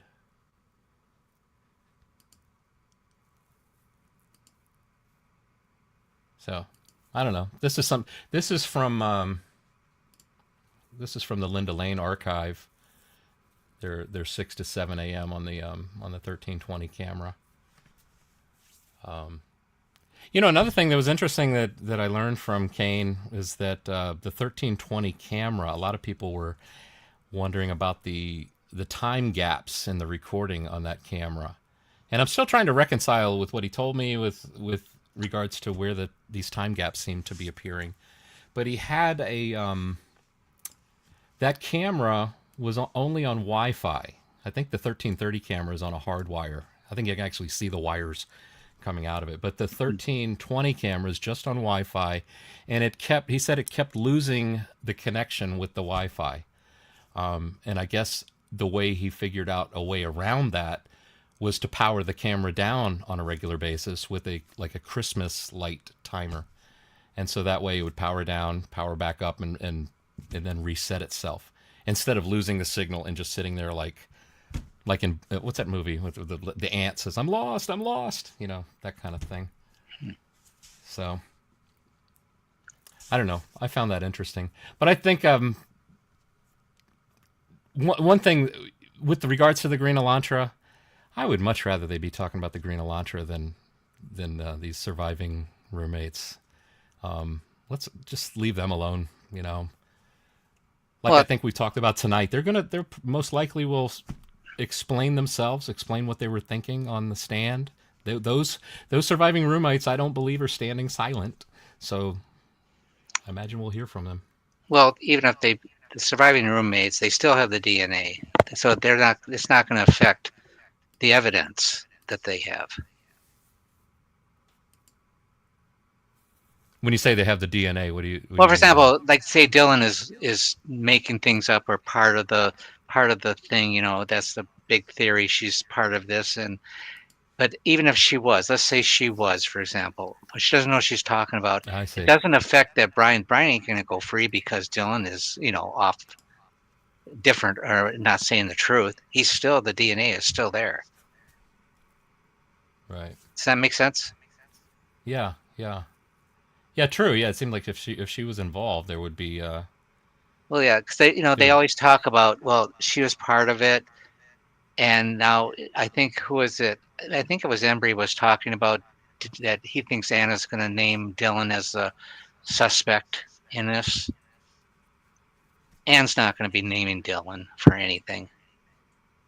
Yeah. So that's what I mean is, so what? Let's just forget about Dylan and Bethany right now.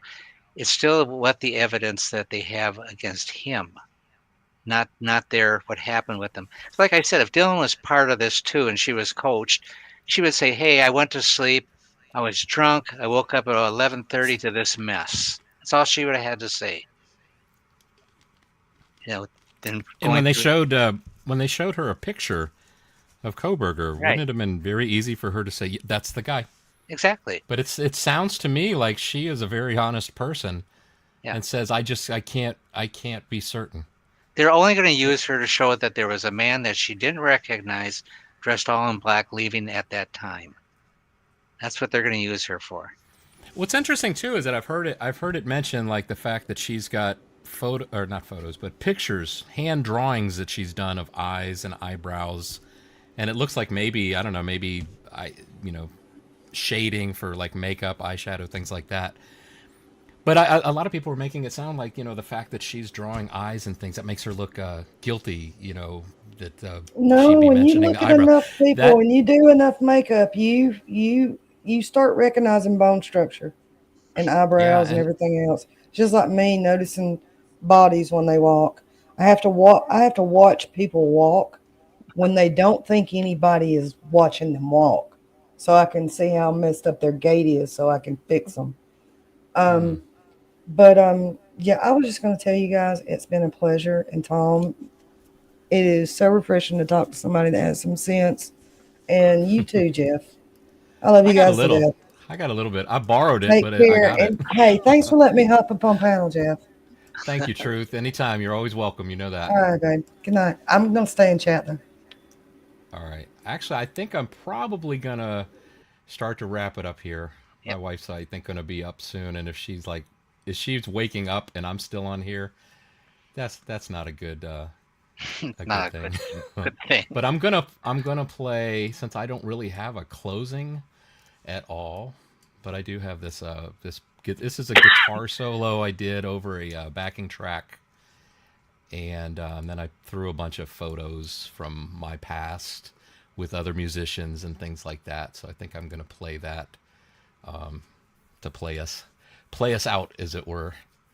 And you can find this on my channel if you are like, I'd like to hear that again, because I'm kind of proud of it. It was one of those things where I recorded this guitar solo over a backing track, just was messing around with some recording stuff, and it just sat on my desktop for like months, and then I started listening to it. I thought, that's not too bad. There's one very, very bad mistake in it, but it's one of those things where it's like a tightrope walker that almost falls off, but kind of managed to stay. But so here we go. Let me see if I did this right. You guys can hear this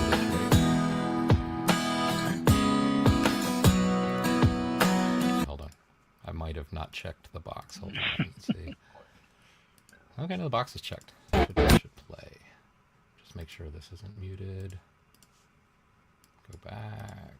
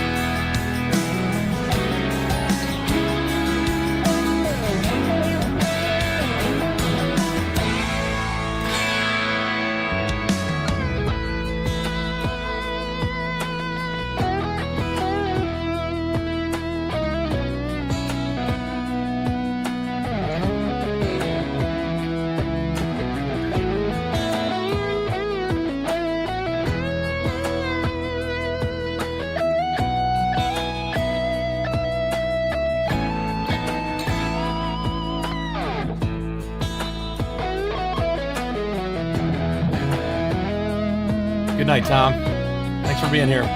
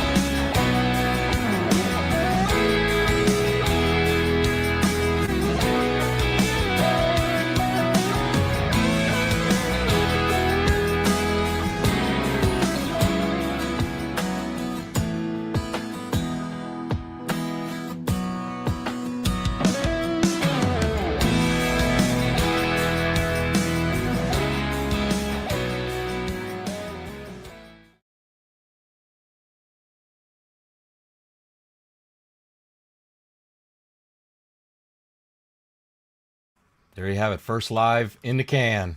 Hey, thanks everybody for being here. Thanks 12 Gauge for being the reason to do a live. I don't know that I probably would go another year without doing a live stream. So one down. Let's see how many more to go. But thanks for everybody being here. Nina, Leslie, Influencer, Truth, Sarah. Look at y'all. Thank you. Thank you so much. PKC. I feel like the end of Is it Romper Room? I see Nina, and I see Truth, and I see Leslie. All right. I'm signing off. What do? You hit the end stream button, I guess, right? Here we go. Oh, wait. Jesse Schul is here. Jesse has got free burgers somewhere. Where is that, Jesse? Does it come with fries? Because I could use... I'm really hungry. Anyway. Jesse, you missed it. You missed it. Do I got to stick around for another 5 minutes while you're here? Hey, be here on the next one. Bring you up on panel for sure. Would love to chat. Anyway, all right. I'm hitting the end stream button. Have a good night, everybody. We'll see you next time. See you soon.